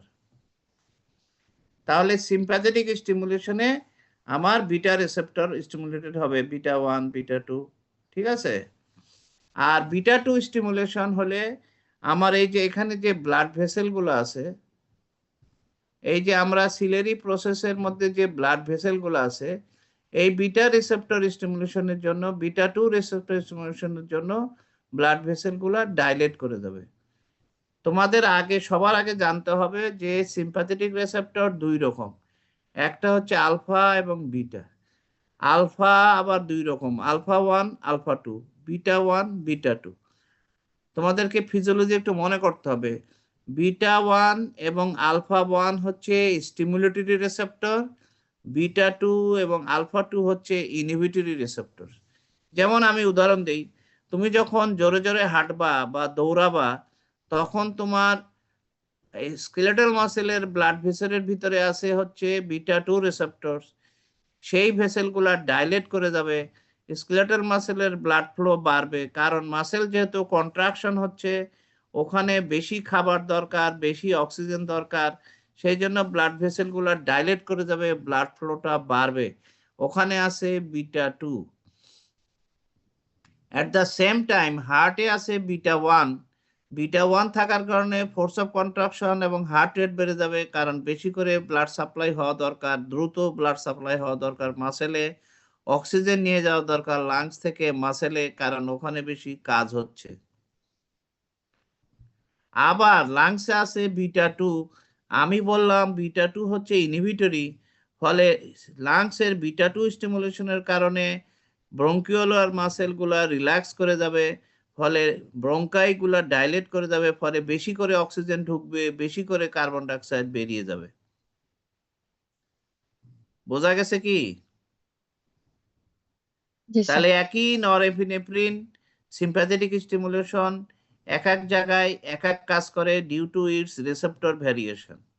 বিটা 1 স্টিমুলেশন হলে কন্ট্রাকশন হয়, বিটা 2 স্টিমুলেশন হলে রিল্যাক্সেশন হয়। তাহলে স্কেলেটাল এই আইরিশের যে সিলেরি প্রসেসের যে ব্লাড ভেসেল আছে, সিম্প্যাথেটিক বিটা 2 স্টিমুলেশনের জন্য ব্লাড ভেসেল গুলা ডাইলেট করে যায়, আর sympathetic beta 1 stimulation and as a whole beta স্টিমুলেশনের জন্য বিটা 1 স্টিমুলেশনের জন্য আমার এখানে সিলিয়ারি এপিথেলিয়ামে আমার অ্যাকুয়াস প্রোডাকশন বেড়ে যায়। এখন আলফা 1 আলফা 2 আমরা শিখে নিছি অলরেডি যে 1 গুলো হচ্ছে স্টিমুলেটরি, 2 হচ্ছে ইনহিবিটরি। তাহলে আলফা 2 কোথায় থাকে? আমরা এবার এটা দেখি। এখানে আমরা দেখতে পাচ্ছি, তোমরা যেটা বললা যে আলফা 1 স্টিমুলেশন, ঠিকই আছে। আলফা 1 মেইনলি থাকে হচ্ছে তোমার ওই ইয়াতে কি বলে ডাইলেটেড পিপলি মাসেলে, এখানেও আলফা 1 থাকে, দেখো ছবিতেও দেখাচ্ছে, কিন্তু আলফা 1 স্টিমুলেশনে ভেজো কনস্ট্রিকশন হবে, আর বিটা 2 স্টিমুলেশনে ভেজো ডাইলেশন হবে।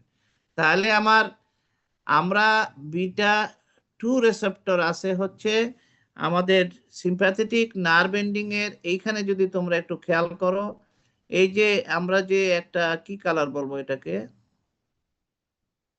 এটা কি কালার বলো একজন? জলপাই কালার। হ্যাঁ, জলপাই কালার স্যার, লাইট জলপাই, গুড, জলপাই কালার। এই জলপাই কালারে এখানে দেখো বিটা 2 রিসেপ্টর আছে, এই বিটা 2 আলফা 2 রিসেপ্টর আছে। এই আলফা 2 রিসেপ্টর কি করতেছে আসলে? আমরা জানি যে নরএপিনেফ্রিন যে সিক্রিশন হয় বা নরঅ্যাড্রেনালিন, এই সিক্রিশনের কিছুটা আবার ফিরে যায়, কিছুটা তোমার সাইনাপটিক ক্লেফট থেকে ব্লাড স্ট্রিমে চলে যায়।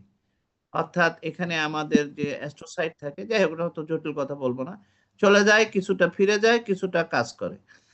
তাহলে দেখা গেল নরএপিনেফ্রিন যে রিলিজ হয় তার কিছুটা টার্গেট সেলে কাজ করে, কিছুটা ব্যাক করে, আর কিছুটা ডিফিউশন হয়ে যায় টু দি সারাউন্ডিং টিস্যু। তাহলে এই যে নরএপিনেফ্রিন যখন অনেক বেশি পরিমাণ এখানে তৈরি হয়, বেরিয়ে আসে, তখন এই আলফা 2 রিসেপ্টরটা স্টিমুলেটেড হয়ে যায়। The stimulation of the alpha 2 depends upon the concentration of norepinephrine at the synaptic cleft. When the concentration of norepinephrine is high, the alpha 2 receptors become stimulated by norepinephrine. Increased concentration of norepinephrine At that time, the membrane becomes stabilized, so the no more norepinephrine is secreted into this synaptic cleft. Actually, norepinephrine, alpha-2 receptors regulate the excessive but control the excessive secretion of norepinephrine from the nerve ending. মানে কোনো কারণে যেন নরনেফ্রিন বেশি করে কাজ না করে, নর্মালের চেয়ে বেশি অতিরিক্ত কাজ যাতে না করতে পারে, সেই জন্য নার্ভ এন্ডিং এ আলফা-2 রিসেপ্টর দেওয়া থাকে। তাহলে এখন আসো, আমরা যদি এই যে আমরা দেখাচ্ছি, আমরা যদি আলফা-2 রিসেপ্টর স্টিমুলেশনে হয় তখন কি হবে? নরএফ্রিন সিক্রিশন কমে যাবে, নার্ভ এন্ডিং থেকে নরএফ্রিন সিক্রিশন কমে যাবে। আলফা-2 হচ্ছে ইনহিবিটরি, কমে যাবে, সিক্রিশন কমে যাবে। কোথায় থাকে? নার্ভ এন্ডিং এ থাকে। ফলে আলফা-2 আমি যখন ব্রাইমোনিডিন দিচ্ছি তখন আলফা-2 রিসেপ্টর স্টিমুলেশন হচ্ছে এবং নরএফ্রিন সিক্রিশন কমে যাচ্ছে। ফলে এপিনেফ্রিন কমে যাওয়া মানেই হচ্ছে সিম্প্যাথেটিক অ্যাক্টিভিটি কমে যাওয়া, ফলে এই যে অ্যাকোয়াস প্রোডাকশনটা কমে যাবে। বোঝা গেছে এখন? জি স্যার। আমরা বলি যে আলফা অ্যাগনিস্ট, আলফা অ্যাগনিস্ট মানে আলফা-1 এবং আলফা-2 অ্যাগনিস্ট, কিন্তু brimonidine is a very weak alpha one agonist, rather it is a strong alpha two agonist. তার মানে হচ্ছে আমরা বলছি ডাইলেটর পিপলি মাসেলে আলফা-1 থাকে, তাহলে ব্রাইমোনিডিন দিলে, ব্রাইমোনিডিন যদি আলফা-1 স্টিমুলেটর হতো, স্ট্রং স্টিমুলেটর হতো, তাহলে আমাদের পিপুলটা ডাইলেট করে যেত। কারণ due to stimulation alpha one muscle contract করতো, ডাইলেটের পিপুলটা ডাইলেট করে যেত। ঠিক আছে, পিপুল তখন ডাইলেট করে যেত। কিন্তু আমরা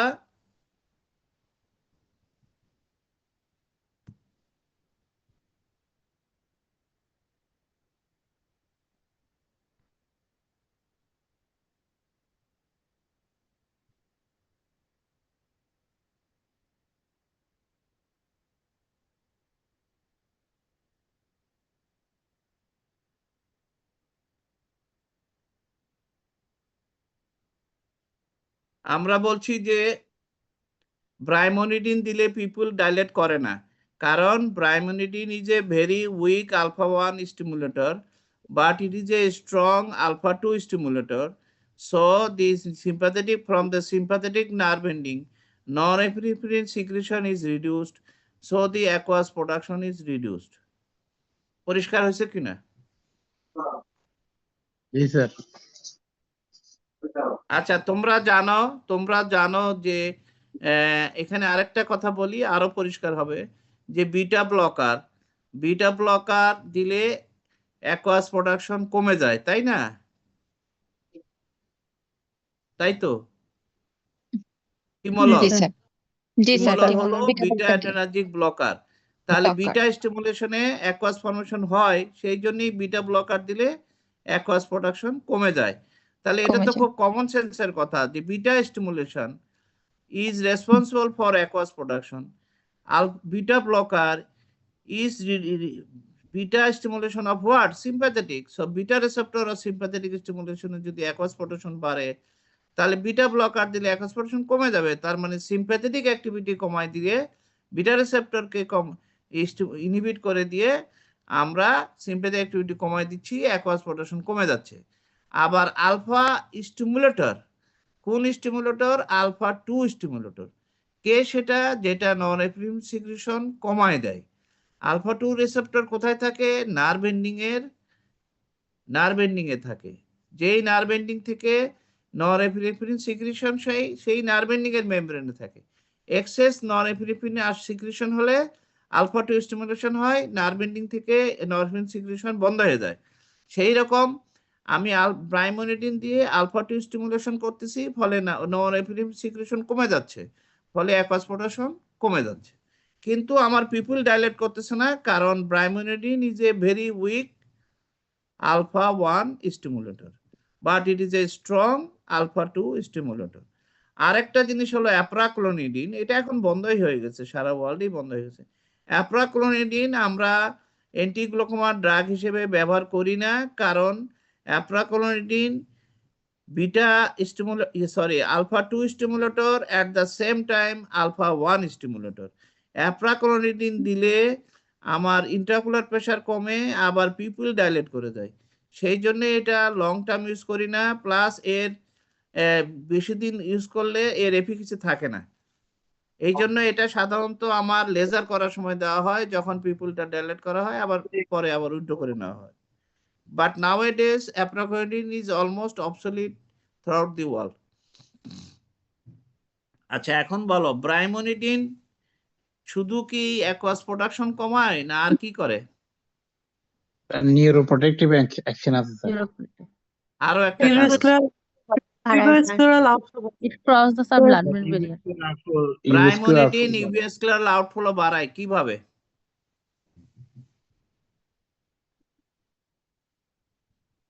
আমরা উপরের বামের ছবিটা দেখি, এখানে দেখতে পাচ্ছি যে অ্যাকোয়াস হিউমার সিলের এপিথেলিয়ামতে তৈরি হয়ে পোস্টার চেম্বার দিয়ে, পোস্টার চেম্বার থেকে পিপিল দিয়ে অ্যান্টেরিয়র চেম্বারে আসলো, অ্যান্টেরিয়র চেম্বার দিয়ে 90% চলে গেল থ্রো ট্যাবিকুলার মেশওয়ার্ক, আর 10% চলে গেল from the Irish into the ciliary body. এটা আসলে সিলারি বডিতে আসলো, সিলারি বডি থেকে এপিস্কুলার এই কি বলে সিলারি বডি থেকে supra সিলারি space, supra caudal space থেকে আলটিমেটলি ভর্টেক্স ভেন দিয়ে বেরিয়ে যাবে, এটা বেরিয়ে যাবে, তাই না? তাহলে এই যে ইউভিস্কুলার আউটফ্লো, ইউভিয়াল ট্র্যাক দিয়ে স্ক্লেরা দিয়ে বেরিয়ে যাচ্ছে, এই জন্য নাম হচ্ছে ইউভিস্কুলার আউটফ্লো। এইটা 10%। তাহলে এই জায়গাটায় যে ইউভিস্কুলার আউটফ্লো ব্রাইমোনিডিন বাড়াই দিবে, কিভাবে বাড়াবে, কি করবে, মেকানিজম অ্যাকশন কি? স্যার আইরিশটাকে স্যার কনস্ট্রিক্ট করবে স্যার, এর মাধ্যমে কেবলই বললাম যে ব্রাইমোনিডিনের আইরিশের উপর তেমন কোনো ইফেক্টই নাই, কি বলে আইরিশকে কনস্ট্রিক্ট করবে? আইরিশ তো নাই, angle of the anterior chamber, এটা ভুল ছবি দেখাচ্ছে, এখানে দেখাচ্ছে আইরিশ সিলারি বডির উপর উঠে আছে, সিলারি body directly is a part of the angle of the anterior chamber. আমরা দেখাই, ছবি দেখাই,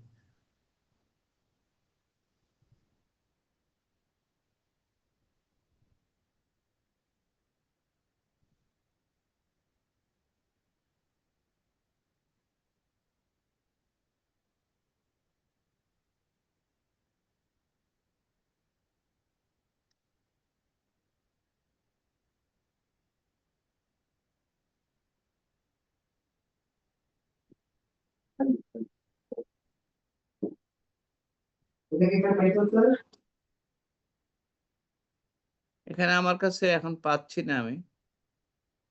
আমরা জানি যে angle of the anterior chamber is form from anteriorly থাকে তোমার সলভিস লাইন, তারপরে ট্যাবিকুলার মেশওয়ার্ক, তারপরে স্ক্লেরাল স্পার, তারপরে সিলারি বডি, তারপরে আইরিশ। তার মানে কি, এই যে আমরা যদি দেখি বামের ছবিটা দেখো, এখানে কি দেখতে পাচ্ছি আমরা? বামের এই হিস্টোলজিক্যাল ছবিটা দেখো, এই যে এসি মানে কি, অ্যান্টেরিয়র চেম্বার, হ্যাঁ? তাহলে প্রথমে আছে ট্যাবিকুলার মেশওয়ার্ক, তার সলভিস লাইন, তারপরে ট্যাবিকুলার মেশওয়ার্ক, তারপরে আছে এই যে সাদাটা, এটা হচ্ছে স্ক্লেরাল স্পার, তারপরে আছে সিলারি বডি, তারপরে না আইরিশ। তাহলে সিলারি বডি তো অ্যান্টেরিয়র চেম্বারের ডাইরেক্ট টাচে আছে, সিলারি বডি থেকে সিলারি মাসেলে চলে যাবে, সিলারি বডির ভিতর ঢুকে যাবে, ঢুকে গেলে কি হবে যে আমার ব্রাইমোনিডিন কি করবে যে ওই দিক দিয়ে যাতে সুবিধা হবে?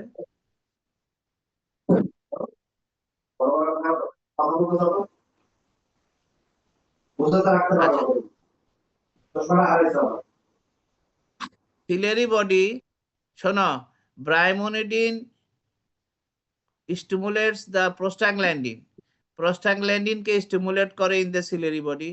This prostaglandin causes stimulate the matrix metalloproteinases, মানে এমএমপি, ম্যাট্রিক্স কে গলায় দিতে সাহায্য করে যে এনজাইম, তার নাম হচ্ছে এমএমপি, ম্যাট্রিক্স মেটালোপ্রোটিনেসিস। ফলে matrix will be reduced when the matrix মানে কি, ম্যাট্রিক্স মানে হচ্ছে ইন্টারসেলুলার যে টিস্যুতে যে গ্রাউন্ড সাবস্টেন্স থাকে, সেটাই ম্যাট্রিক্স। সেই ম্যাট্রিক্স যদি এখানে কমে যায় তখন সিলারি বডি বিকাম লুজ হয়ে যাবে, সিলারি বডি লুজ হয়ে যাবে, গ্যাপ তৈরি হবে অনেক। ফলে ওই দিক দিয়ে কি বলে অ্যাকুয়াস হিউমার ইজিলি সিলারি বডির ভিতর দিয়ে স্ক্লেরাতে চলে যেতে পারবে। বুঝতে পারছো? হ্যাঁ জি স্যার। স্যার জি না, স্যার আরেকবার বললে ভালো হতো। আচ্ছা, আরেকবার না, আমি তোমাকে আরেকটা জিনিস দেখাই। এই যে প্রোস্টাগ্ল্যান্ডিন কিভাবে কাজ করে, প্রোস্টাগ্ল্যান্ডিন অ্যানালগ ল্যাটানোপ্রোস্ট কিভাবে কাজ করে? আমরা জানি যে ইউভিএসকুলার আউটফ্লো বাড়ায়, তাই না? ইউভিএসকুলার জি আউটফ্লো স্যার। কিভাবে বাড়ায়? প্রোস্টাগ্ল্যান্ডিন অ্যানালগ স্টিমুলেটস, এই যে এখানে বামের ছবিটা দেখো, প্রোস্টাগ্ল্যান্ডিন অ্যানালগ বা অ্যাগনিস্ট কি করে? সিলারি মাসেলের পরে কি করে? এখানে ম্যাট্রিক্স মেটালোপ্রোটিনেস এনজাইমকে স্টিমুলেট করে। ফলে এখানে কি হয়, তোমার ম্যাট্রিক্স মেটালোপ্রোটিনেস স্টিমুলেট করলে গ্লাইকোজ অ্যামাইনোগ্লাইকেন্স বা matrix of the ciliary body tissue is reduced, so the ciliary body become relaxed বললে ঠিক হবে না, become লুজ হয়ে যায়, সিলিয়ারি টিস্যুটা তখন লুজ হয়ে যায়, ওখানে গ্যাপ তৈরি হয়। থ্রু দিস গ্যাপ আমার aqueous easily passes from the ciliary body into the supraciliary space or supracortical space and through sclera it goes out. এবার বোঝা গেছে? জি স্যার। তাহলে এখন ব্রাইমোনিডিন যদি তোমার সিলারি এপিথেলিয়ামে, ব্রাইমোনিডিন যদি আমার এখানে এই সিলারি বডিতে এসে প্রোস্টাগ্ল্যান্ডিনকে স্টিমুলেট করে, তাহলে প্রোস্টাগ্ল্যান্ডিন এমএমপি কে স্টিমুলেট করবে, এই matrix will be reduced, matrix metalloproteinases, so the matrix will be dissolved, so the ciliary body become loose, so the aqueous can pass through this loose ciliary body into the supraciliary and supracaudal space. বোঝা গেছে? জি sir. জি sir. জি sir. অর্থাৎ ব্রাইমোনিডিন sympathetic stimulation কমায় দেয়, sympathetic activity কমায় দেয়, সেই জন্য aqueous পোটেশন কমে যায়। ব্রাইমোনিডিন প্রোস্টাগ্ল্যান্ডিনকে স্টিমুলেট করে, প্রোস্টাগ্ল্যান্ডিন যেভাবে কাজ করে ম্যাট্রিক্স মেটালোপ্রোটিনেস তৈরি করে ইন দ্য সিলারি বডি, সেই একইভাবে ব্রাইমোনিডিন প্রোস্টাগ্ল্যান্ডিনের মাধ্যমে কাজ করে, অ্যাকুয়াস ইউভিএসকুলার আউটফ্লোটা বাড়ায় দেয়। এখন বলো ব্রাইমোনিডিন কোথায় দেওয়া যাবে, কোথায় দেওয়া যাবে না? স্যার বাচ্চাদের ক্ষেত্রে দেওয়া যাবে না। কত বছর বয়স পর্যন্ত দেওয়া যাবে না? স্যার 2 বছর। বছর। আমরা বলি যে 6 বছর পর্যন্ত দেওয়া যাবে না, ইন্টারন্যাশনালি বলা হয় 6 বছর। 2 বছর তো স্ট্রিক্টলি নিষেধ, but it is safe to not to give brimonidine up to 6 years of life. কেন দেওয়া যাবে না? ব্লাড ব্রেন ব্যারিয়ার ক্রস করে। ক্রস করে সে কি করবে?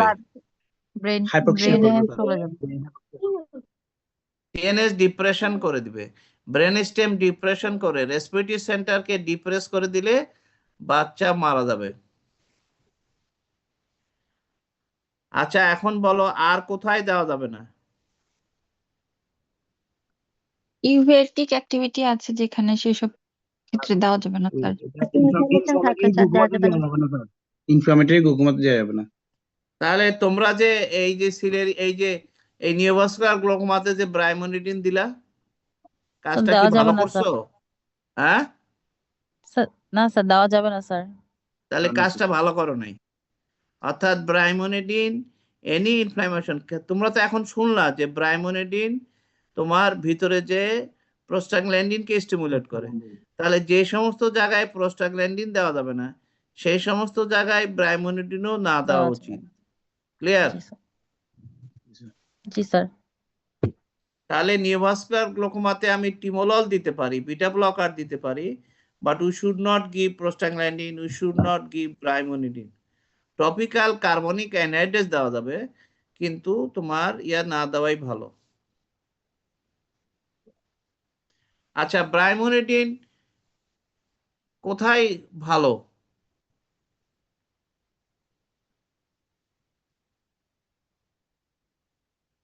নিউরোপ্রোটেক্টিভ। ব্রাইমোনিডিন ভালো যেই জায়গায় তোমার অপটিক নার্ভ ভালোই ড্যামেজ আছে, ঠিক আছে? When there are sufficient amount of optic nerve damage, particularly NTG, normal tension গ্লোকোমাতে ব্রাইমোনিডিন ভালো, কারণ এইখানে তার নিউরোপ্রোটেক্টিভ ফাংশন থাকার জন্য এটা ভালো। নিউরোপ্রোটেক্টিভ অ্যাকশনের জন্য brimonidine is good for normal tension glaucoma. Brimonidine is also good for advanced end stage glaucoma, primary open angle glaucoma. Brimonidine pregnancy তে দিবা কিনা? দেব না স্যার। না স্যার যাবে দাও না sir. Sir Brimonidine is good for first and second trimester of pregnancy. It is very good for first and second trimester of pregnancy, but it should not be given in the third trimester of pregnancy or in the lactating mother, because if you give brimonidine in the third trimester of pregnancy, the CNS depression can occur. Lactating mother we should not give, because the CNS depression of the child can occur because via breast milk brimonidine secretion takes place. বুঝতে পারছো কথাটা? জি sir. তাহলে ব্রাইমোনিডিন first এবং second ট্রাইমেস্টারের জন্য the only safest drug for first and second trimester of pregnancy is the brimonidine. মনে রাখতে হবে, brimonidine is the safest drug for first and second trimester, but not ideal, is detrimental for the third trimester or lactating mother, because it secretes in the breast milk.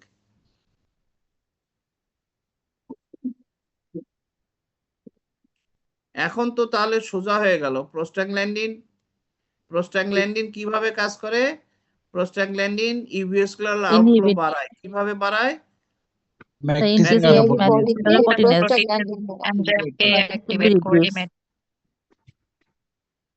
আচ্ছা, এখন আরেকটা নতুন drug আসছে, সেটার নাম হচ্ছে ল্যাটানোপ্রোস্টিন বুনট। এই ল্যাটানোপ্রোস্টিন বুনট, যেটা অ্যারিস্টোফার্মার আছে জুলটান, বিদেশে পাওয়া যায় বাইজুলটা নামে, অ্যারিস্টোভিশন বের করছে জুলটান। এই ল্যাটানোপ্রোস্টিন বুনট কিভাবে কাজ করে? এর ভিতরে কে কে আছে? এর ভিতরে আছে ল্যাটানোপ্রোস্ট প্লাস বুটানিডিওল মোনোনাইট্রেট। বুটানিডিওল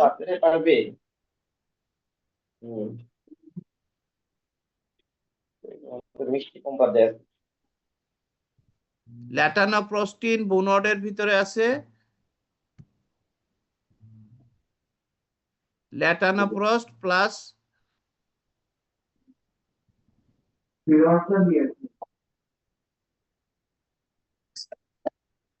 এখন ডানের ছবিটা দেখো। ল্যাটানোপ্রোস্ট আমরা কিভাবে কাজ করে বললাম? এমএমপি কে স্টিমুলেট করে, ফলে তোমার ম্যাট্রিক্স ওই কমে যায়, কি বলে, ম্যাট্রিক্সটা কমে যায়, ফলে সিলিয়ারি বডি লুজ হয়ে যায়, তাই না? ফলে অ্যাকুয়াস আউটফ্লো বাড়ে।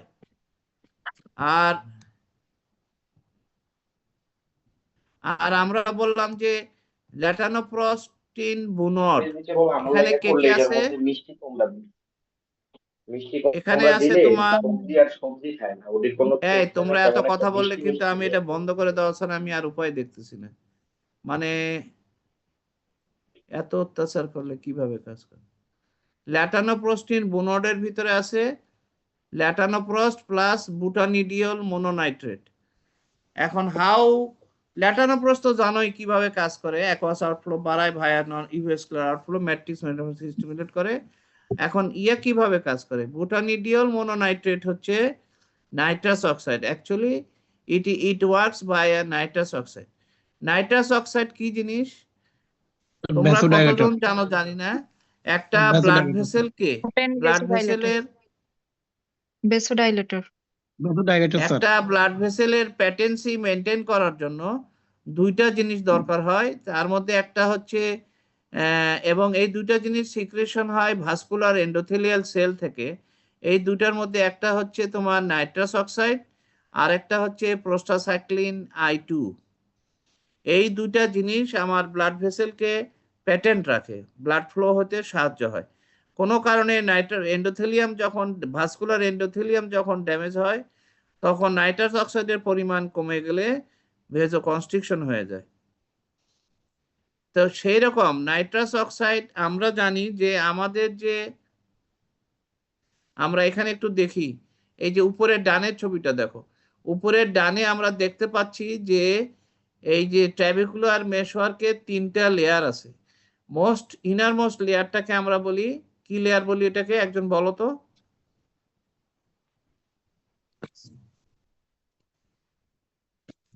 ইনার মোস্ট লেয়ারটাকে আমরা বলি ইউভিয়াল মেশওয়ার্ক। তারপরেরটাকে আমরা বলি কর্নিওস্ক্লেরাল মেশওয়ার্ক। তারপরেরটাকে চিকন একদম ছোটটা,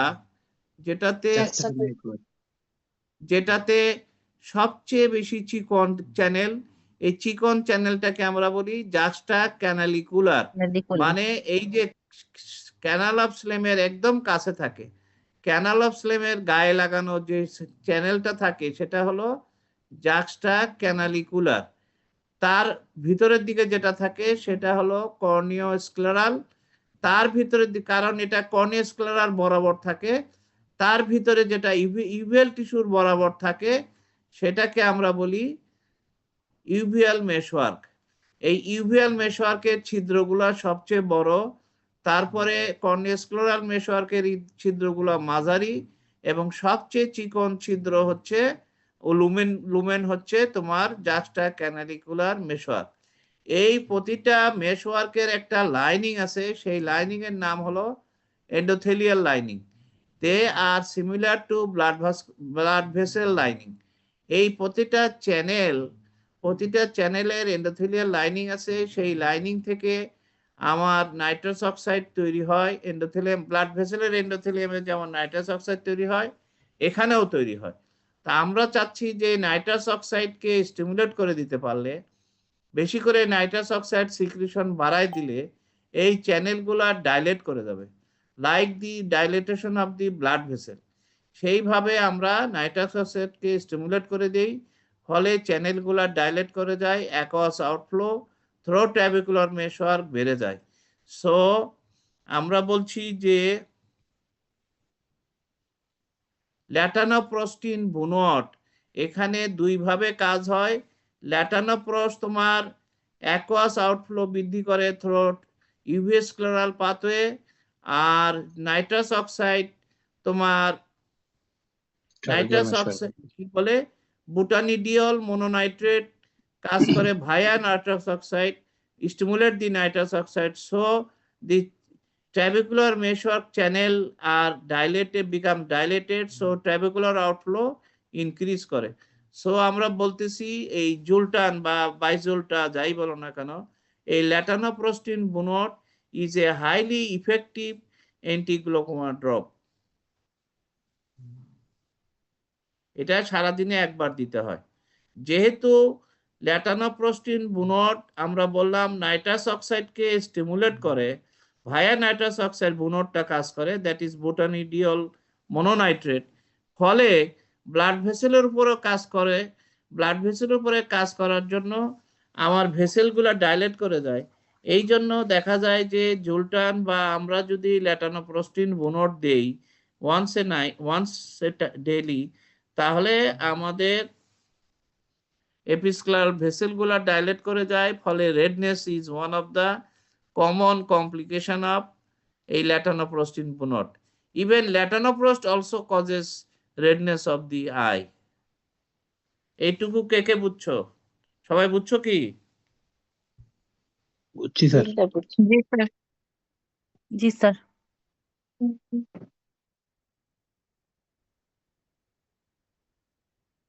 আচ্ছা এখন বলো, এই যে আমরা বললাম টিমোলল হচ্ছে অ্যাকোয়াস প্রোডাকশন কমায় দেয় কিভাবে? সিম্প্যাথেটিক অ্যাক্টিভিটি কমায় দেয়। কি স্টিমুলেশন করে? বিটা স্টিমুলেশনটা সাপ্রেস করে দেয়, বিটা ব্লকার। তাহলে টিমোলল আমরা কখন দিব? লেট নাইটে দিব নাকি সকালে দিব সন্ধ্যায় দিব বলো তো?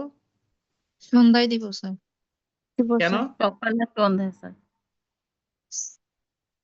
কেন? স্যার রাত্রেবেলা দিলে এটা প্রেশারটা কম, নর্মালি তো রাত্রেবেলা প্রেশার এমনিতেই কমে যায়, তো রাত্রেবেলা দিলে এটা প্রেশার আরো কমায় দিবে। বেশি কমে যেতে পারে স্যার। সকাল স্যার বেশি কমে হাইপোপারফিউশন যেতে অফ পারে। অপটিক নার্ভ হবে স্যার। ভেরি গুড, বেশি কমে যেতে পারে যেহেতু বিটা ব্লকার সিম্প্যাথেটিক অ্যাক্টিভিটি রাত্রে আমার এমনি কমে যায়, অ্যাকোয়াস প্রোডাকশন এমনি কমে যায়, তখন যদি আমি রাতে শোয়ার সময় যদি এটা দেই তখন অ্যাকোয়াস প্রোডাকশন অনেক বেশি কমে যেতে পারে নাকি? তো কমে গেলে আমার সমস্যা কি? পারফিউশন কমে যাবে কেন?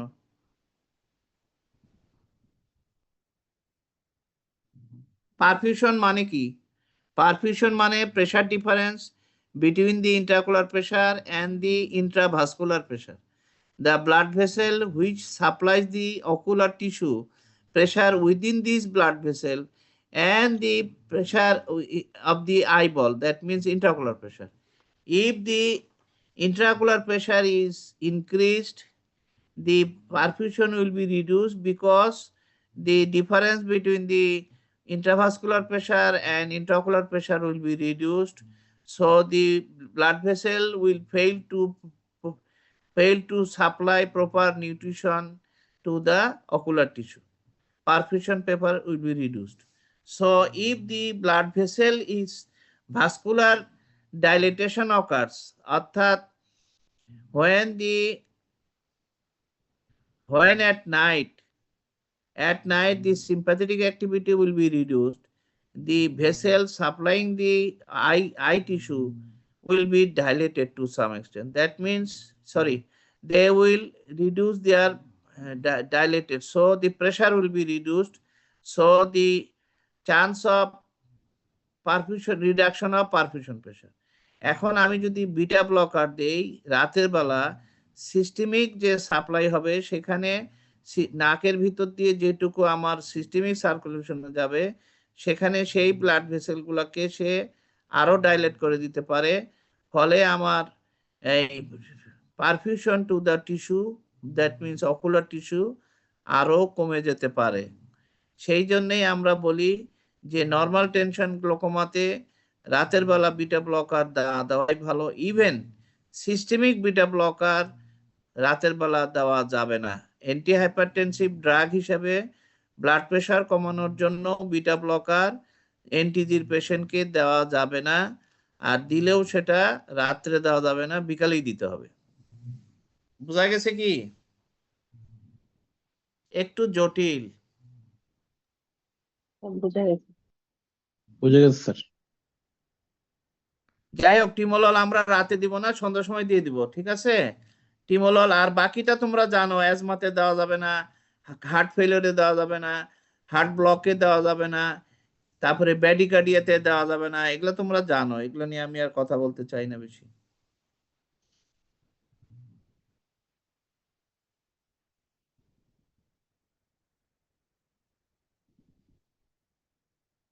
তাহলে উপরের লাইনটা পড়ো। ব্রাইমোনিডিন enhances uvascular drainage by relaxing ciliary muscle, improving extracellular matrix remodeling, increasing non-trabecular aqueous humor outflow.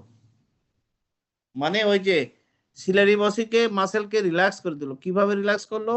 By reducing the matrix. কিভাবে ম্যাট্রিক্স রিডিউস করলো? By stimulating prostaglandin secretion. Prostaglandin increases matrix metalloproteinases enzyme activity, so matrix will be reduced.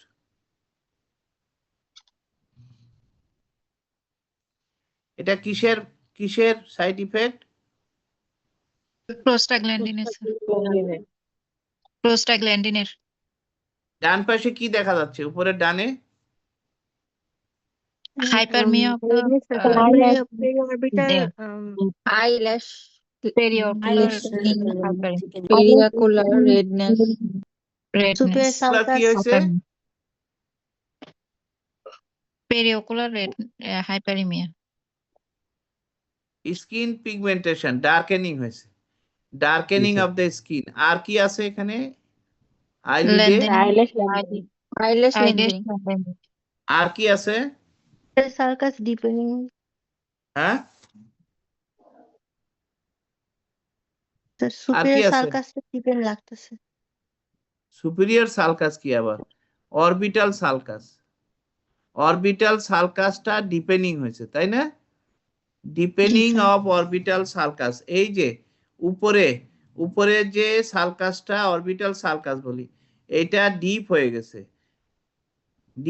Deepening of কি জন্য হয়েছে এটা?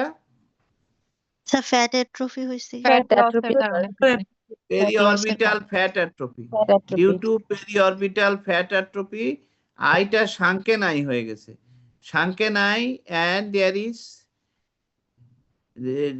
due to reduction of periorbital fat, the orbital sulcus is deepened. The orbital sulcus is become deep. এবং এই সময় অনেক পেশেন্টের যেটা হয়, একটা ক্লিক সাউন্ড হয়, প্রতিটা ব্লিঙ্কিং এর সময় বাতাস ঢুকে যায় ভিতরে, বাতাস মানে ঢুকে যাওয়ার কারণে প্রতিটা ব্লিঙ্কিং এর সময় একটা ক্লিক সাউন্ড হতে পারে। এগুলা তোমরা জানো, এগুলো নিয়ে আমি আর বেশি কথা বলতে চাচ্ছি না। আমরা একটু আসি রোকাইনেজ ইনহিবিটর, এটা বলে আমরা শেষ করব আজকে।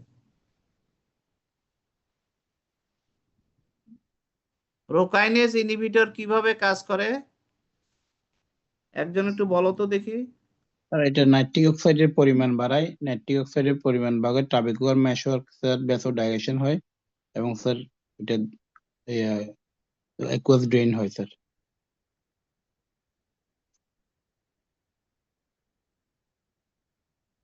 নাইট্রিক অক্সাইডের পরিমাণ বাড়ায় দেখে অ্যাকুয়াস ড্রেনেজ বেড়ে যায়।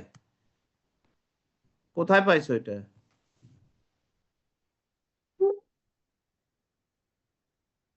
প্রথম কথা শোনো, হোয়াট ইজ রোকাইনেজ? রোকাইনেজ 1, রোকাইনেজ 2, বিভিন্ন রকম enzyme, these are enzyme. Rho kinase enzyme is essential for different activity of a cell. একটা সেলের যে পলিফারেশন, মানে একটা সেল থেকে আরেকটা সেলে পলিফারেশন, সেটার জন্য রোকাইনেজ এনজাইম লাগে। সেলের যে মটিলিটি, মনে করো ফাইব্রোব্লাস্ট, তোমার মনে করো ফাইব্রোব্লাস্টের মটিলিটি আছে, ম্যাক্রোফেজের মটিলিটি আছে, এরকম অনেক সেলের মটিলিটি আছে, তারা এক জায়গা থেকে আরেক জায়গায় যেতে পারে। প্রত্যেকটা সেলের মধ্যে অ্যাক্টিন মায়োসিন কমপ্লেক্স আছে, যেমন আমার মাসেলের ভিতরে আছে, মাসেল কন্ট্রাকশনে লাগে, সেরকম সেলের ভিতরেও অ্যাক্টিন মায়োসিন ইন্টারডিজিটেশন হয়, এবং সেই ইন্টারডিজিটেশন কন্ট্রাকশনের জন্য আমার রোকাইনেজ এনজাইমটা লাগে। একটা সেল যখন বয়স হয় তখন সে মারা যায়, সেটাকে আমরা কি বলি? Apoptosis sir. অ্যাপোপ্টোসিস। অর্থাৎ আমরা যেমন বয়স হলে মারা যাই, ন্যাচারাল ডেথ, এরকম প্রোগ্রাম ন্যাচারাল ডেথকে আমরা বলি অ্যাপোপ্টোসিস। এই অ্যাপোপ্টোসিসের জন্য আমাদের লাগে রোকাইনেজ এনজাইম। রোকাইনেজ এনজাইম যদি আমি লিমিট করতে পারি, একটা সেল মারা যাবে না, সেল বেঁচে থাকবে। আমি যদি রোকাইনেজ এনজাইমকে লিমিট করতে পারি, সেলের যে মর্টালিটি সেটা কমায় দেওয়া যাবে। আমি যদি একটা সেল যে আরেকটা সেলের সঙ্গে অ্যাডেশন হয়ে থাকে, সেইটার জন্য আমার cell to cell adhesion, endothelium to epithelium, endothelium to endothelium যে অ্যাডেশন থাকে, সেই এন্ডোথেলিয়াম অ্যাডেশনকে প্রিভেন্ট করে রোকাইনেজ।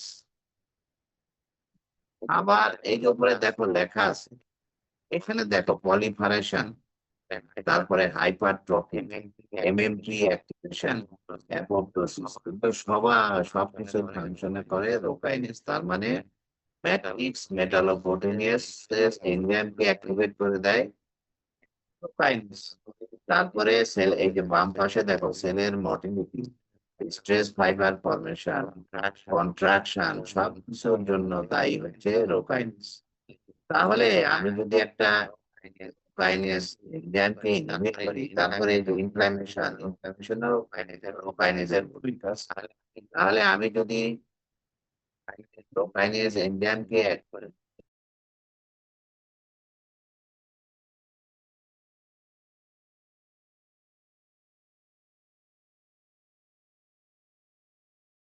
তারপরে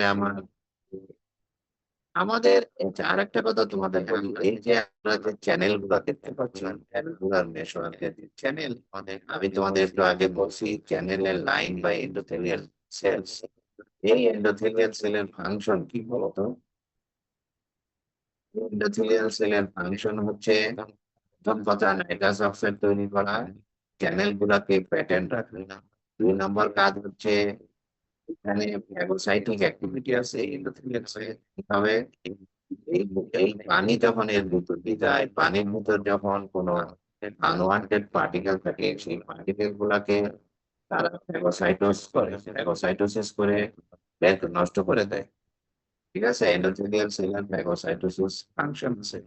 মনে রাখবা যে আমাদের ব্লাড ভেসেলের যে এন্ডোথেলিয়াল সেল তারও কিন্তু ফ্যাগোসাইটিক অ্যাক্টিভিটি আছে। ফাইব্রোব্লাস্ট তারও ফ্যাগোসাইটিক অ্যাক্টিভিটি আছে। আমরা যেমন এদেরকে বলি নন প্রফেশনাল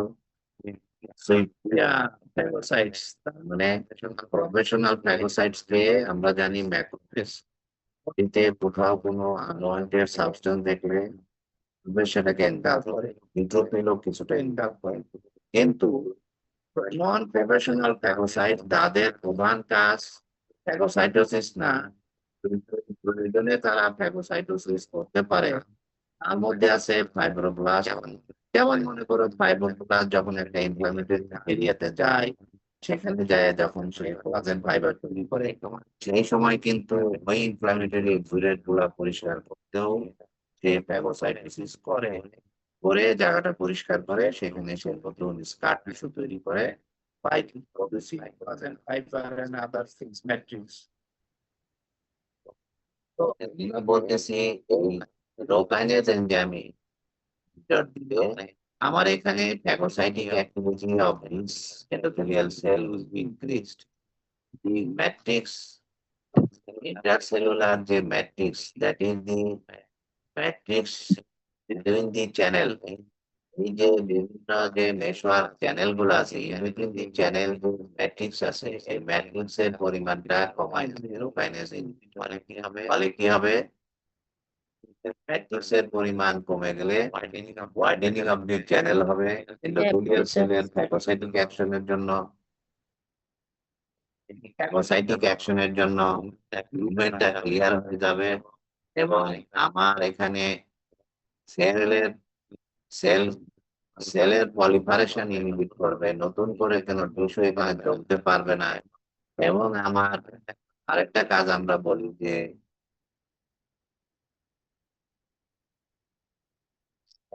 সেল মেমব্রেনের পারমেবিলিটি ফিরে যাবে। এরকম মাল্টিপল অ্যাকশনের জন্য আমার কি হবে যে ট্যাবিকুলার আউটফ্লোটা বেড়ে যাবে বাই রোকাইনেজ ইনহিবিটর। রোকাইনেজ ইনহিবিটর আর কিভাবে কাজ করে?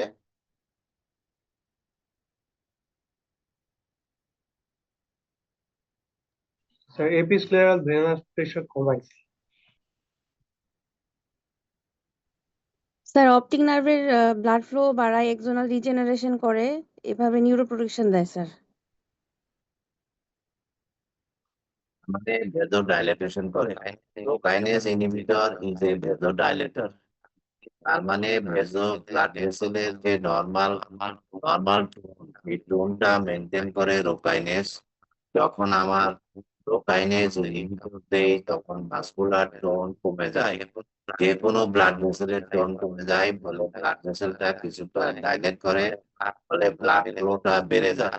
তার জন্য রোকাইনেজ ইনহিবিটর দিলে আমার চোখ লাল হয়ে যায়, এপিস্ক্লেরাল ভেসেল গুলা ডাইলেট করে যায়। সেই জন্যই আমার এপিস্ক্লেরাল ভেনাস প্রেসার যখন কমে যায় তখন অ্যাকুয়াস আউটফ্লো আরো বেড়ে যায়। কারণ এই অ্যাকুয়াস ভেন দিয়ে তো আলটিমেটলি এপিস্ক্লেরাল ভেনেই যাবে। ওইখানে যদি প্রেসারটা কমে যায় তাহলে এখান থেকে ফ্লুইডটা ফ্লো হতে আরো সুবিধা হয়। প্রথম কথা হচ্ছে ট্যাবিকুলার মেশওয়ার্ককে পরিষ্কার করে দিছে, চ্যানেল গুলো সব পরিষ্কার করে দিছে। আবার যেটা ক্যানাল ভেঙে গেছে সেখান থেকে ভেঙে গেছে, সেই ভেনের প্রেসারও কমে গেছে। ফলে কি হচ্ছে যে অ্যাকুয়াস আউটফ্লোটা খুবই ভালো হচ্ছে।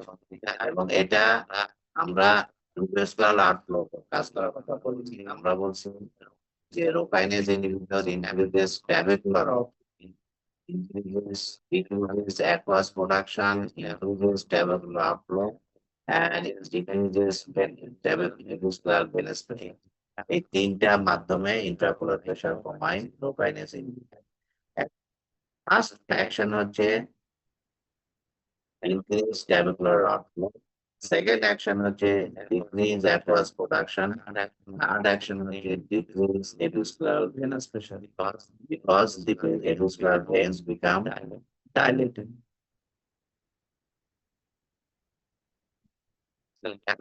কেন ডাইলেট করে বলো দেখি একজন কিভাবে, একটু দুটো মাথায় রাখতে পারো কিভাবে ডাইলেট করে?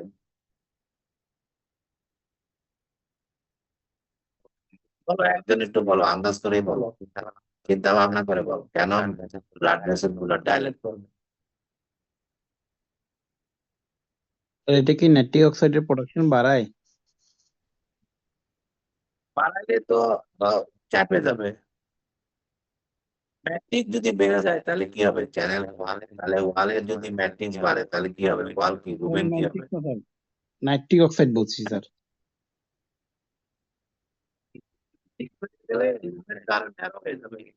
এখানে আমরা বলতেছি যে আমি কি বলছিলাম, প্রত্যেকটা সেলের কন্ট্রাকশন, প্রলিফারেশন, এনলার্জমেন্ট সবকিছুর জন্য দায়ী হচ্ছে লোকাইন।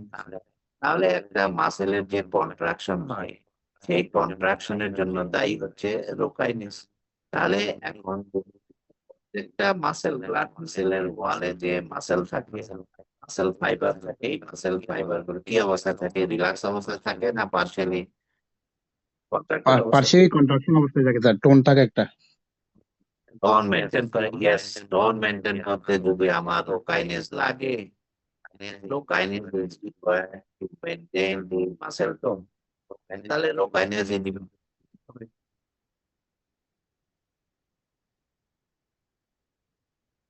বলো, rhokinase is required to maintain the partial state of contraction of the muscle. In myosin interdissociation for in myosin interdigitation, rhokinase enzyme is required. So when the muscle of the blood vessel remains in a partial state of contraction, that means they lie in a muscle tone. So the blood vessel muscular lumen is maintained. When the muscle tone will be reduced because of diminution of the rhokinase enzyme, তখন কি হবে? Vessel গুলা dilate করে দেবে। তখন vessel গুলা dilate করে দেবে।